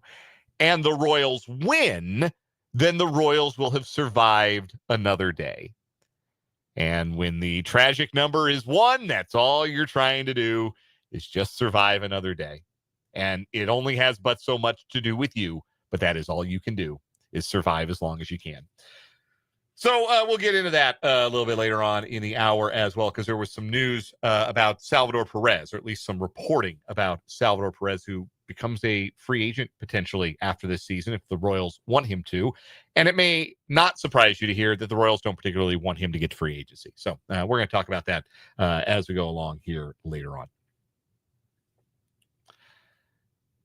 But we got to get to some headlines today, because there's a whole lot. There's a whole lot of headlines on today's show. We're going to start with the Big 12 schedule release today. Big 12 released men's basketball schedules today for both Kansas and Kansas State. We knew yesterday, thanks to the intrepid reporting of the great, why is his name? John Rothstein. Name eluded me there for a second. John Rothstein had already laid out who everybody was going to open against in the Big 12 on Saturday, January 3rd. So we knew everybody's conference openers. Well, now we know all the rest of the games. We'll start with Kansas State. Those are games, of course, you'll hear throughout the season right here on your home for the Wildcats. 580 WIBW FM 104.9. We'll run through all of it, just the high notes. BYU is the opener. AJ Dybansa and company will come to Bramlage Coliseum January 3rd for the conference opener for both teams. K-State then will go on an Arizona road trip. They will go through Arizona, not through Utah, like they did. Well, KU did that last year. They had the Utah trip, and apparently that was the trip where their team chemistry completely bit the dust. No Utah trips for either team this year. In fact, neither K-State or KU plays at BYU. But both teams will make an Arizona swing. So the first 2 road games are adjacent to the Valley of the Sun. They will be at Arizona for their road conference opener. That'll be on a Wednesday night, and then a Saturday at Arizona State. Other conference home games for K-State, January 14th. That's a Wednesday, home against UCF. A Tuesday night, January 20th, at home against Utah. The Sunflower Showdown at Bramlage. Jerome Tang's never lost one of those. Saturday, January 24th, KU coming to Bramlage Coliseum. February 1st is a Sunday. That is when Iowa State comes to Bramlage. That will be the only time this year that K-State and Iowa State play. There's no return game at Hilton between the Cats and the Clones, which I'm sure Jerome Tang is crushed about. Sunday, February 1st, K-State and Iowa State. K-State also at home to Cincinnati, Wednesday, February 11th, at home against Baylor on Tuesday night, February 17th, at home against TCU on Saturday, February 28th. The senior day game will be March 3rd, Tuesday night, at home against West Virginia. And then the regular season finale is the return game at Allen Fieldhouse against the Jayhawks. It's the regular season finale. So it'll be senior day for KU hosting K-State on March 7th. So home and homes for K-State this year with KU as per norm, TCU, West Virginia, and is that it? Yeah, I think that's it. Yeah, those are the home and homes this year. KU, TCU, West Virginia. TCU, West Virginia, the only teams that K-State has to play twice, other than KU. So that's K-State's schedule. KU opens conference play at UCF in Orlando on Saturday, January 3rd. Their home conference opener will be January 6th, Tuesday night, with TCU coming to town. The following Tuesday, Iowa State comes to Allen Fieldhouse. Then a Friday night game. I don't think I've seen one of these in conference play. Friday night. Much as I do not like when football intrudes on high school football on Friday night in the state of Kansas. I must say that I think it sucks equally when basketball intrudes on high school basketball Friday nights here in the Sunflower State. Don't care for it. But January 16th, a Friday night home game for KU, and it's a big one. That's Baylor coming to town. I mentioned their trip to Manhattan to take on Kansas State Saturday, January 24th. BYU comes to the Fog the following Saturday. So KU gets a full week off between going to Bramlage and playing BYU at home. That is beneficial. Not so beneficial, the quick turnaround for the first of three big Monday games for KU. They go from playing BYU at home to then going to Texas Tech on Monday, February 2nd. The second of the big Monday games is Arizona. That is a Monday night, February 9th, 2 days following another home game against Utah. So the quick turnaround, at least no travel involved for KU there. Trip to Hilton to take on Iowa State Saturday, February 14th.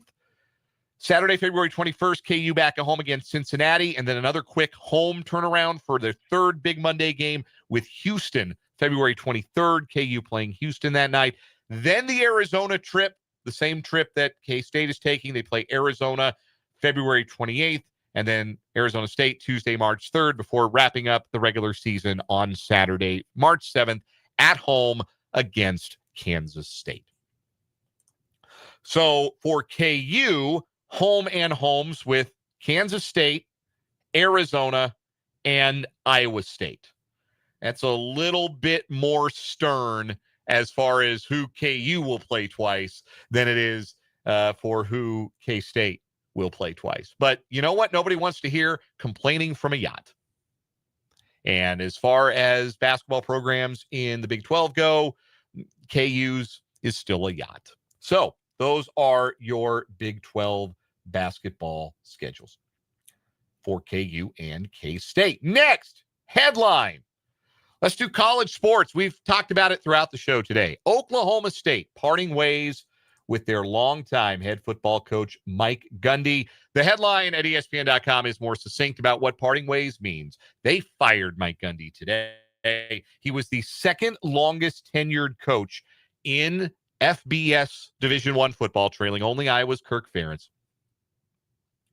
Gundy was the head coach starting in 2005 and compiled an impressive record, which for whatever reason, this story will not give me. I can't find his record in this ESPN story. His record this year was 1-2, and it included a home loss to Tulsa, which is the first time Oklahoma State had lost a home game to the Golden Hurricane since 1951. Gundy was set to make $6.75 million in 2025. He will be owed $15 million by the university upon his departure. Athletic Director Chad Weiberg confirming today that they will pay Gundy the balance, the full $15 million in that contract as his buyout, and that Weiberg will be leading the coaching search, which begins immediately. Familiar name to KU football fans, Doug Meacham, who's currently the offensive coordinator at Oklahoma State, has been named the interim head coach. Gundy went 170-90 as the coach at Oklahoma State. They won the Big 12 in 2011, finished third in the AP Top 25, 8 10-win seasons for a program that had only won 10 or more games 3 times in the previous 104 seasons before Gundy took over.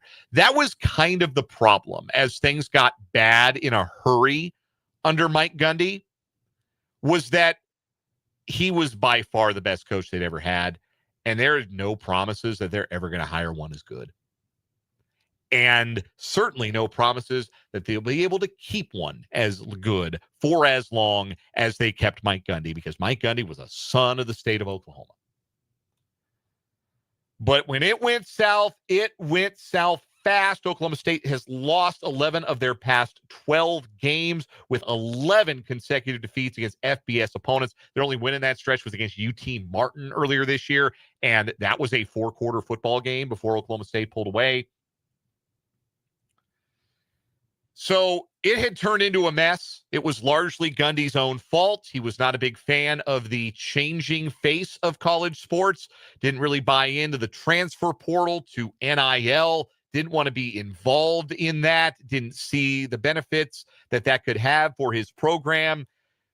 Did have a change of heart on that after they went 0-9 in the Big 12 last year, but obviously the results on the field this year were not going to be acceptable.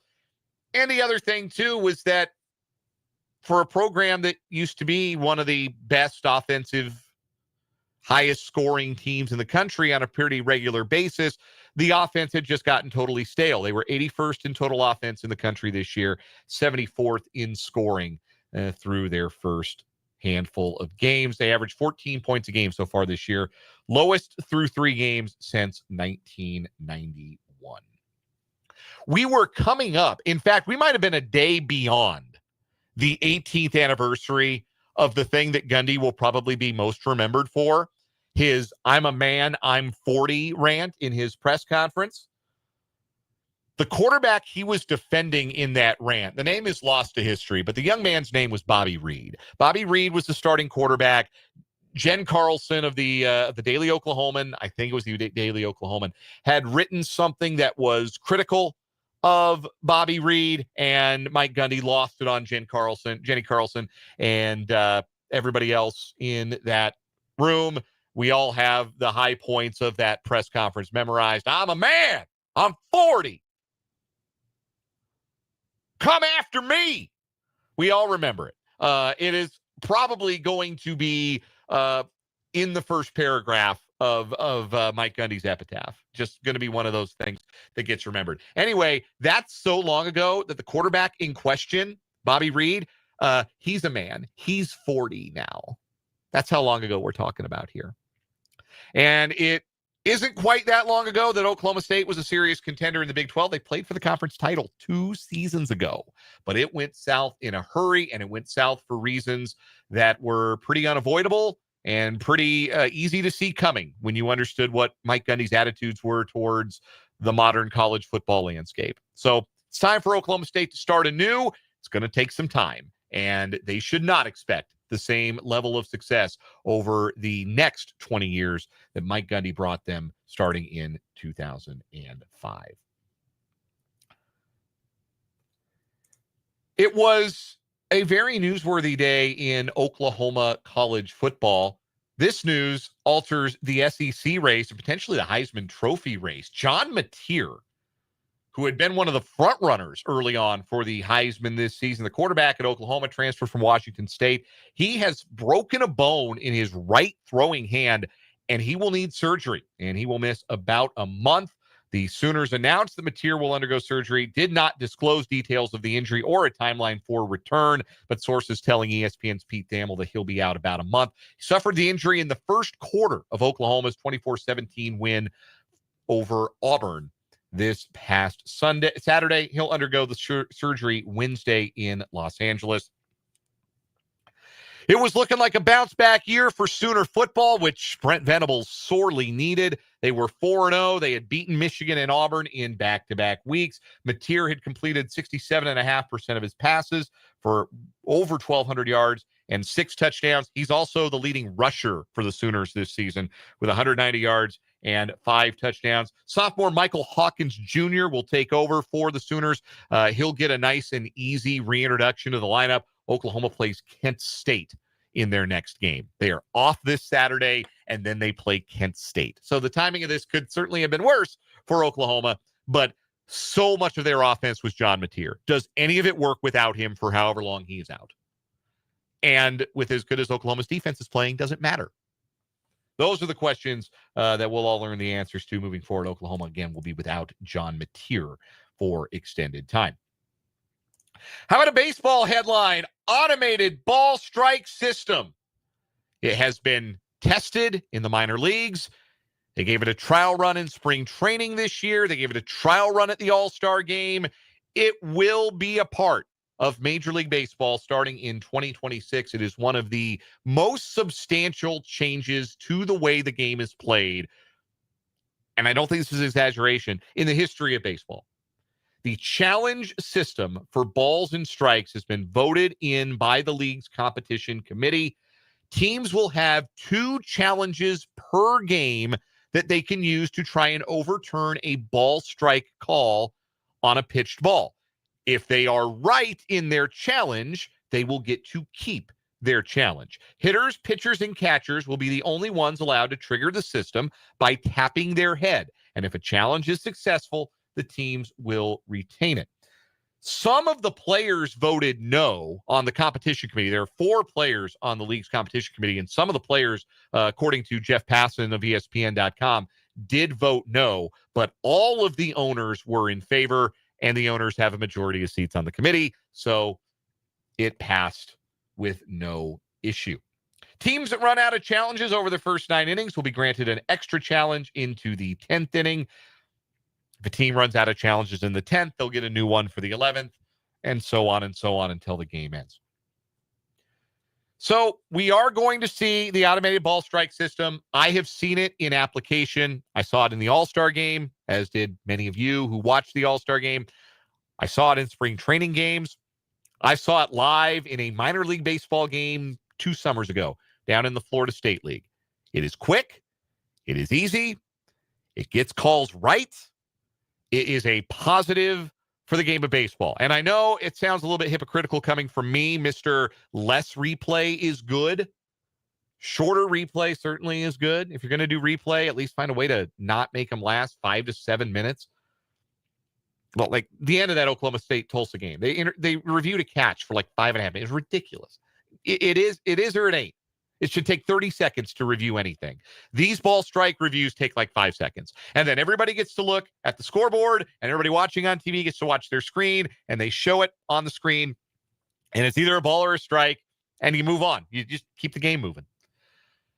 I think it's a good thing. I think it's a positive. I think it will incentivize umpires to do a better job of calling balls and strikes. You're not going to give a veteran pitcher leeway or a veteran hitter the benefit of the doubt. You're going to call the strike zone the way the strike zone is meant to be called. Catchers aren't going to be able to steal strikes. Framing has become a bit of a scourge. This is good for the game.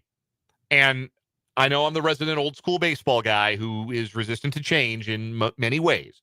And I'm also, we need to get rid of replay. We need to have less replay because replay is being applied in ways that I don't feel like help the game. But this helps the game. This helps the game. And if you're inclined to grouse about it, just wait till you see it in action. And I think you're going to like it. I think everybody's going to like it. One more headline that we should get to today. It is an NFL headline. The Kansas City Chiefs may have ended Russell Wilson's time as a starting quarterback in the National Football League. The Giants announcing today that Jackson Dart will get the nod under center when they take on the undefeated Chargers at MetLife Stadium this coming Sunday. Russell Wilson getting the hook. It was so bad for Russell Wilson. Matt Verderam, when we had him on our NFL Insider yesterday, said that they should have held a retirement ceremony for Wilson at halftime of the Chiefs game, how bad he was. I am incapable, of course, of being objective about Russell Wilson. He's one of my favorite football players of all time. He quarterbacked my favorite team to their only Super Bowl championship. I think at his best, he was awesome. I don't think anybody, even the most ardent Russell Wilson hater, would disagree with that assessment. I think he's going to end up in the Pro Football Hall of Fame someday, though I am much less certain in that than I was when he started bouncing around from Denver to Pittsburgh to New York. But this might be really it for Russell Wilson as a starting quarterback. I don't see how any other team is going to look at him and entrust him with the keys. If he wants to hang around as a backup, he's welcome to do that as long as he likes and collect those checks. But, man, it's over. Go home and be a family man. Be a good mentor to Jackson Dart this season, and then call it good. Don't sully what has been a great career any further by continuing to try to play. So Jackson Dart will be the guy. We really haven't seen him throw a pass yet, though the Giants have run some plays with him on the field, even as Wilson was starting the first 3 games. Tough draw, the Chargers and Jesse Minter's defense for your first NFL start. We'll see how it goes. But the Jackson Dart era will begin in earnest in New York. That'll do it for headlines. I told you we had a lot to talk about today. When we come back, why I think it's silly to refer to a team in the NFL panicking 3 weeks in. We'll talk about it next on 580 Sports Talk.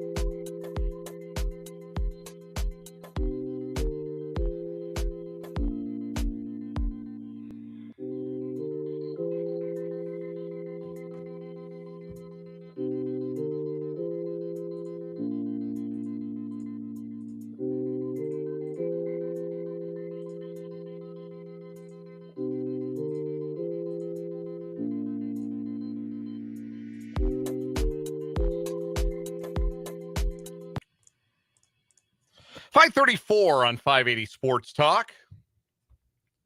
My name is Dan Lucero. Thanks so much for hanging out with me on this Tuesday afternoon. Told you it was a busy headline segment. We got through a lot. We didn't even get to the Padres making the playoffs last night thanks to old friend Freddie Fermin. You would have had to stay up late to see it. I didn't see it till I woke up this morning. I could have seen it. My son was a little fussy last night. It was a rough night of sleep for the boy. But the Padres qualified for the National League playoffs last night. Freddie Fermin had the walk-off single. He had a couple of those for the Royals earlier this season, and an extra inning walk-off single for Freddie Fermin, sending the Padres to the Major League Baseball postseason. So I know that Royals fans have liked when their team does not make the playoffs to cheer on some of their favorite guys. I remember a lot of Royals fans being on the Brewer bandwagon in late 2018 in particular. A lot of Royals fans were pulling for the Crew because Mike Moustakas was on the team. So if you're looking for rooting interest for the Major League Baseball playoffs, why not root for Freddie Fermin to get a ring? I'll tell you why not, because Padres are scum. They're wretched. I hate the Padres. I will not be rooting for Freddie Fermin to get a ring. I will root for the Padres to lose. And I don't have to root for the Padres to lose. The Padres are going to lose. You know why? Because the Padres are losers. They are serial losers. They've done nothing but lose their entire existence. They will always be losers because they will always be the Padres, and they will never not be the Padres. Also, Fernando Tatis is a steroid cheat. Anyway, this has been Talking National League Baseball. We're 3 weeks into the NFL season. Thank goodness we have that as a distraction with the Royals, again, poised to, in all likelihood, be eliminated from the playoffs. If not today, then tomorrow. If not tomorrow, then the day after. More about the Royals here in a little bit. There's a lot of talk going into this coming Sunday with the Chiefs and the Ravens both at 1-2 and playing each other at Arrowhead Stadium. This idea that any team should feel panicked about a slow start to the NFL season, particularly the good ones. Like I said earlier, I think a Chiefs team that started 1-3, should they lose on Sunday, and for the record, I don't think they're going to. Right now, as I sit here, I don't think they're going to. I think they will beat the Ravens. I think they'll handle the Ravens. They've always handled the Ravens.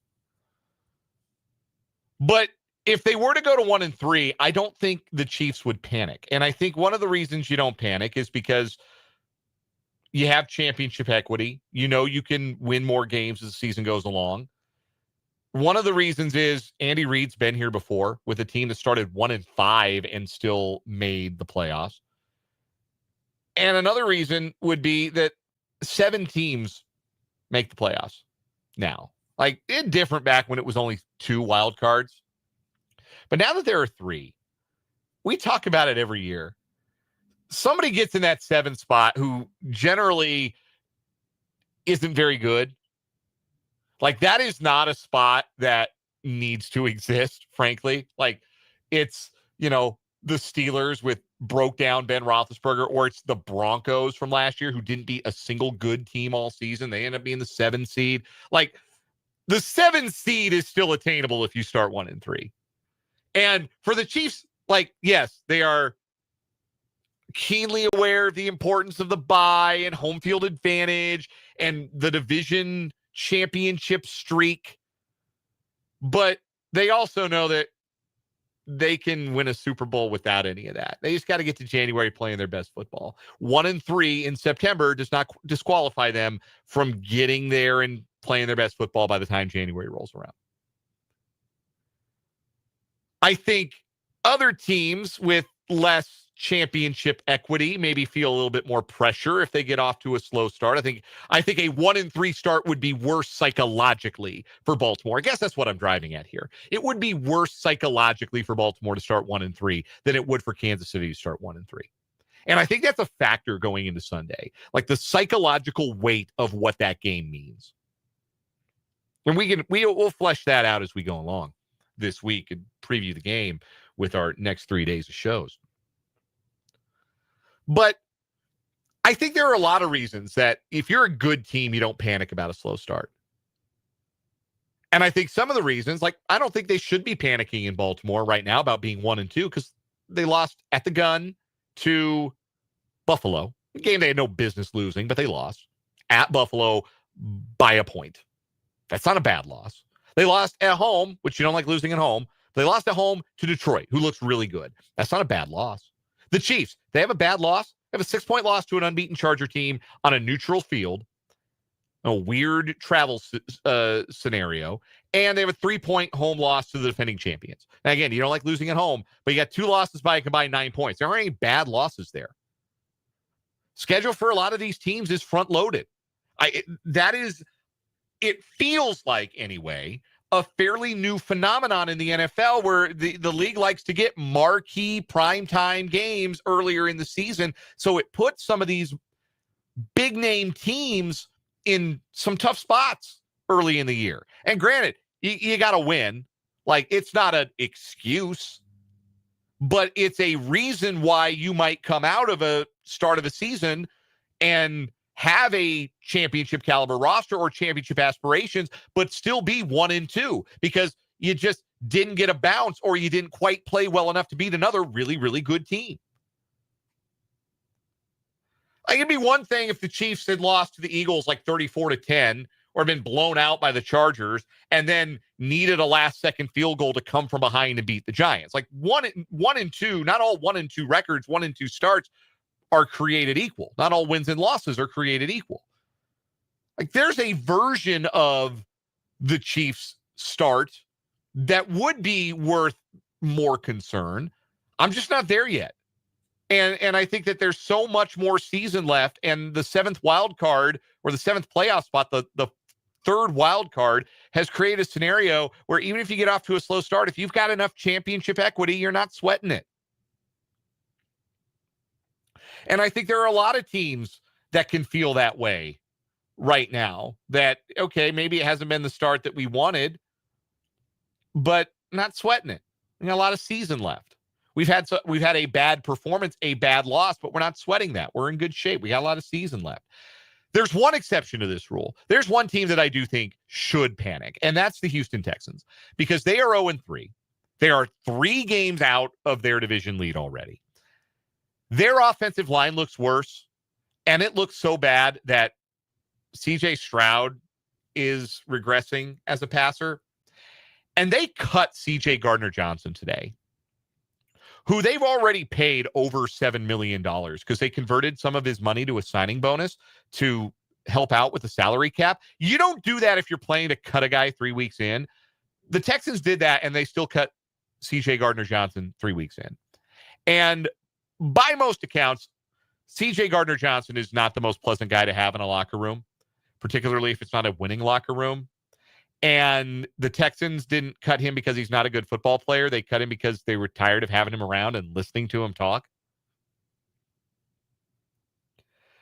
But still, that was a guy that you acquired with the idea that he was going to be an important part of your defense, a defense that is pretty good. And you converted some money to make it easier on your salary cap, and you gave him a bunch of this money. You paid him $7 million already, and now you're telling him to go away. That tells me something is rotten there. And look, maybe he's so toxic that having him out of the locker room is a positive thing. But you're 0-3 and you're cutting important players. That is not on its face an indication that all is well for DeMeco Ryans and company. Now, they got a layup this week because they play Tennessee, who I think is one of the 2 worst teams in the NFL. I think the Saints are clearly the worst, and then I think it's either Tennessee or Miami, who are the second or third worst in some order. But after that, they go to Baltimore. Then they get a bye, and then they go to Seattle.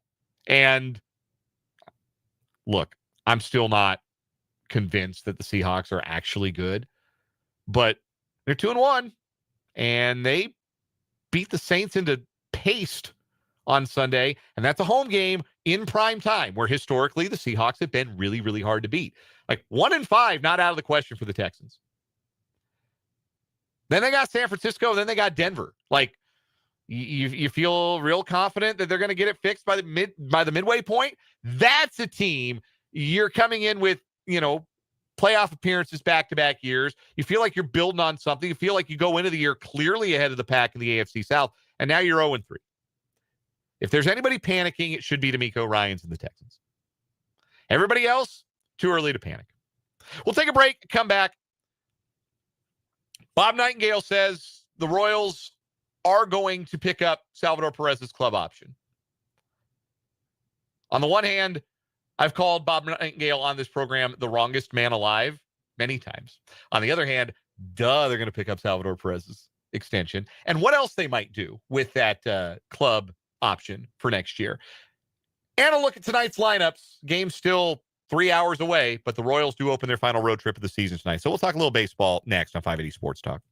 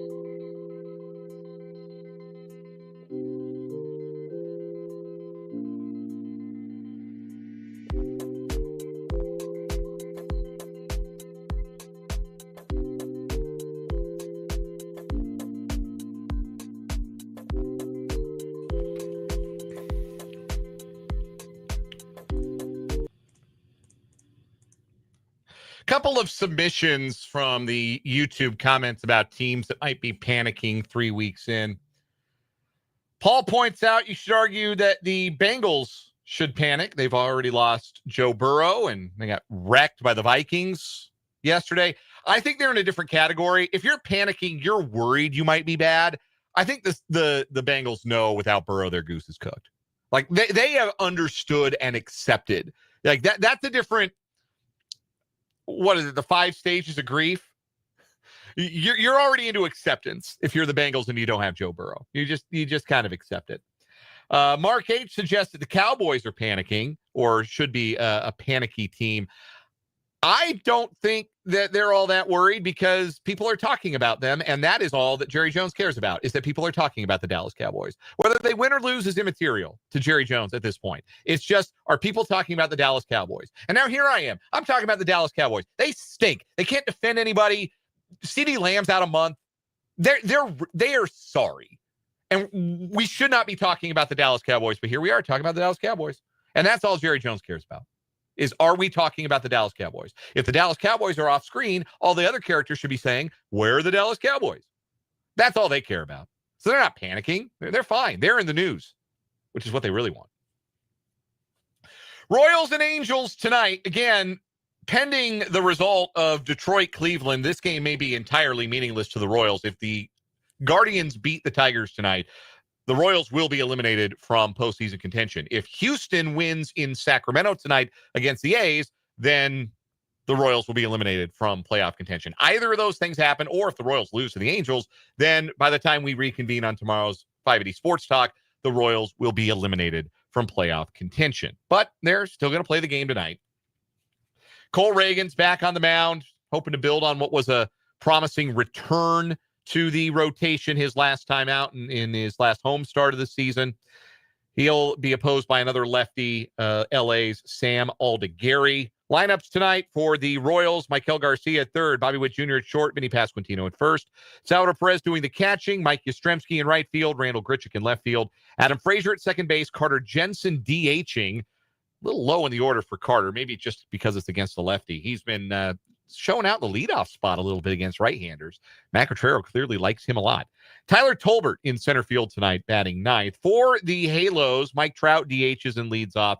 Nolan Shanuel's first baseman. Taylor Ward is in left field. Joe Adell is in right field. Logan O'Hoppe does the catching. Oswald Peraza is at third base. Christian Moore is the second baseman. Denzer Guzman is the shortstop. First blush, I thought his name was Denver Guzman. No, it's Denzer. A lot of Denzers out there. I think he's first Denzer in professional sports history. Bryce Teodosio is the center fielder, batting ninth. I know better than to make fun of him because last time I did, he had a big game and the Royals lost to him. So, Bob Nightingale reporting earlier today that the Royals are likely to pick up Salvador Perez's player option. Salvador Perez's contract, his 4-year, $82, I think it was, $1 million contract extension, runs out at the conclusion of this season. There is a $13.5 million player option, and there's a $2 million buyout. So if the Royals want to be done with their captain, they can hand him $2 million and say, thank you for your service. Good luck in your future. That's obviously not happening. Salvador Perez hit 30 home runs this year, and he might drive in 100 runs. He's got 4 games to find 4 RBI, and he might get to 100 RBI. So he's still the captain. He's still heart and soul guy. He is not the player he used to be. He should probably be catching a lot less in 2026 and beyond. And I know the numbers say he doesn't perform as well at the plate when he's DHing or playing first base. Gonna have to figure something else out, Sal, because they need your bat in the lineup. They need those 30 home runs in the lineup. And I think he's going to be more effective as a player in the long haul as he continues to age if he does catch less frequently, especially with Carter Jensen on the come. I think that's the guy who ought to be doing maybe even the bulk of the catching next season for the Royals, if not even more of a specific job share with Perez. It's interesting to note, Salvador Perez makes $22 million this year on his contract. $22 million. Asking a guy to take a $8.5 million pay cut is a lot. Now, even if it is a fairer reflection of what Salvador Perez is as a player now, It's still a lot to ask a guy. So I wonder if the Royals will tear up the player option for next year and they'll extend him and maybe just give him a rolling 1+1 from here on out. 1 year for whatever both sides deem appropriate, and then a two-way option for next year. And then they could tear it up and do it again in the next offseason and just continue to do rolling 1+1s until Salvador Perez decides to hang it up. Because regardless of the diminishing skills, that's a guy who should never wear another uniform. That's a guy whose number you're going to retire. That's a guy who's still super important in your clubhouse, super important to your fans, and still able to contribute something. He's not, I mean, Baseball Reference says he's been worth half a win this year. Like, you're overpaying for half a win at $13.5 million. But there's intangible value that Salvador Perez brings that still would make it worth it if the Royals want to say, hey, we'll do 1 year and let's call it $18 million. They can afford it. We can just do that and roll it and roll it and roll it until you're done playing. But you're never wearing another uniform. You're too important to us. I would think that would be something that the Royals and Perez would be, certainly Perez would be amenable to. That's the alternative, taking a $9.5 million pay cut, $8.5 million pay cut. Yeah, I bet he would sign up for that. But I think the Royals would too. Sign a good faith and all of that. That's how you treat your captain. We'll take one last time out. We'll come back with the final word on 580 Sports Talk.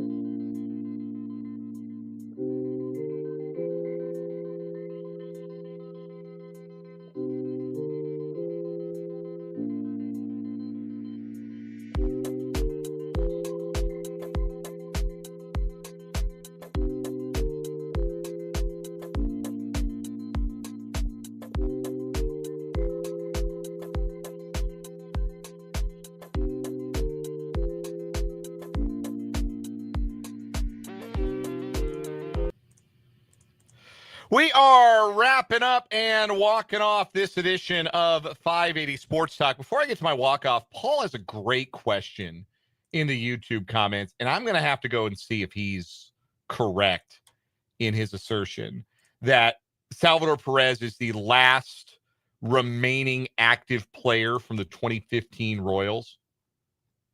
I think that, yeah, like a lot of those bench guys, they weren't super young off the bench, and the young guys were guys like Francisco Pena and Chesler Cuthbert who aren't around anymore. So, yeah, as far as position players go, yeah, he's the last remaining position player. Any of these pitchers still kicking around? Scott Alexander was on that team for 6 innings. He pitched for the Rockies earlier this season. I think he's still active, technically. He might be the only one. Aaron Brooks, is he still pitching somewhere? Yeah, Aaron Brooks. Oh, no, not this year. Not this year. He's in the minor leagues. He's still trying. He pitched for the A's last year. So, yeah, Aaron Brooks is the other two. that I can find. Great question, Paul. Man, that's better than anything I had to say. That was fun. I'm poking through the baseball reference page there. My final word today is in regards to that Ravens performance last night. I know they opened as favorites against the Chiefs. I know Lamar Jackson is awesome. I know Kyle Hamilton is awesome. I know they got some, Derrick Henry is awesome. I know they got some guys. I did not see a team last night that I would assume is just going to walk into Arrowhead and reverse the trend of recent results against the Chiefs, which have been, again, I remind people, losses. They've lost 5 of the last 6 to the Chiefs. The Chiefs know how to defend Lamar Jackson and Derrick Henry and the Ravens. I think their defense is going to be fine. The question will be, can they score? And that'll be an easier answer if Xavier Worthy plays. We're back tomorrow from 3 until 6. For Brendan, I'm Dan. This was 580 Sports Talk. Good night.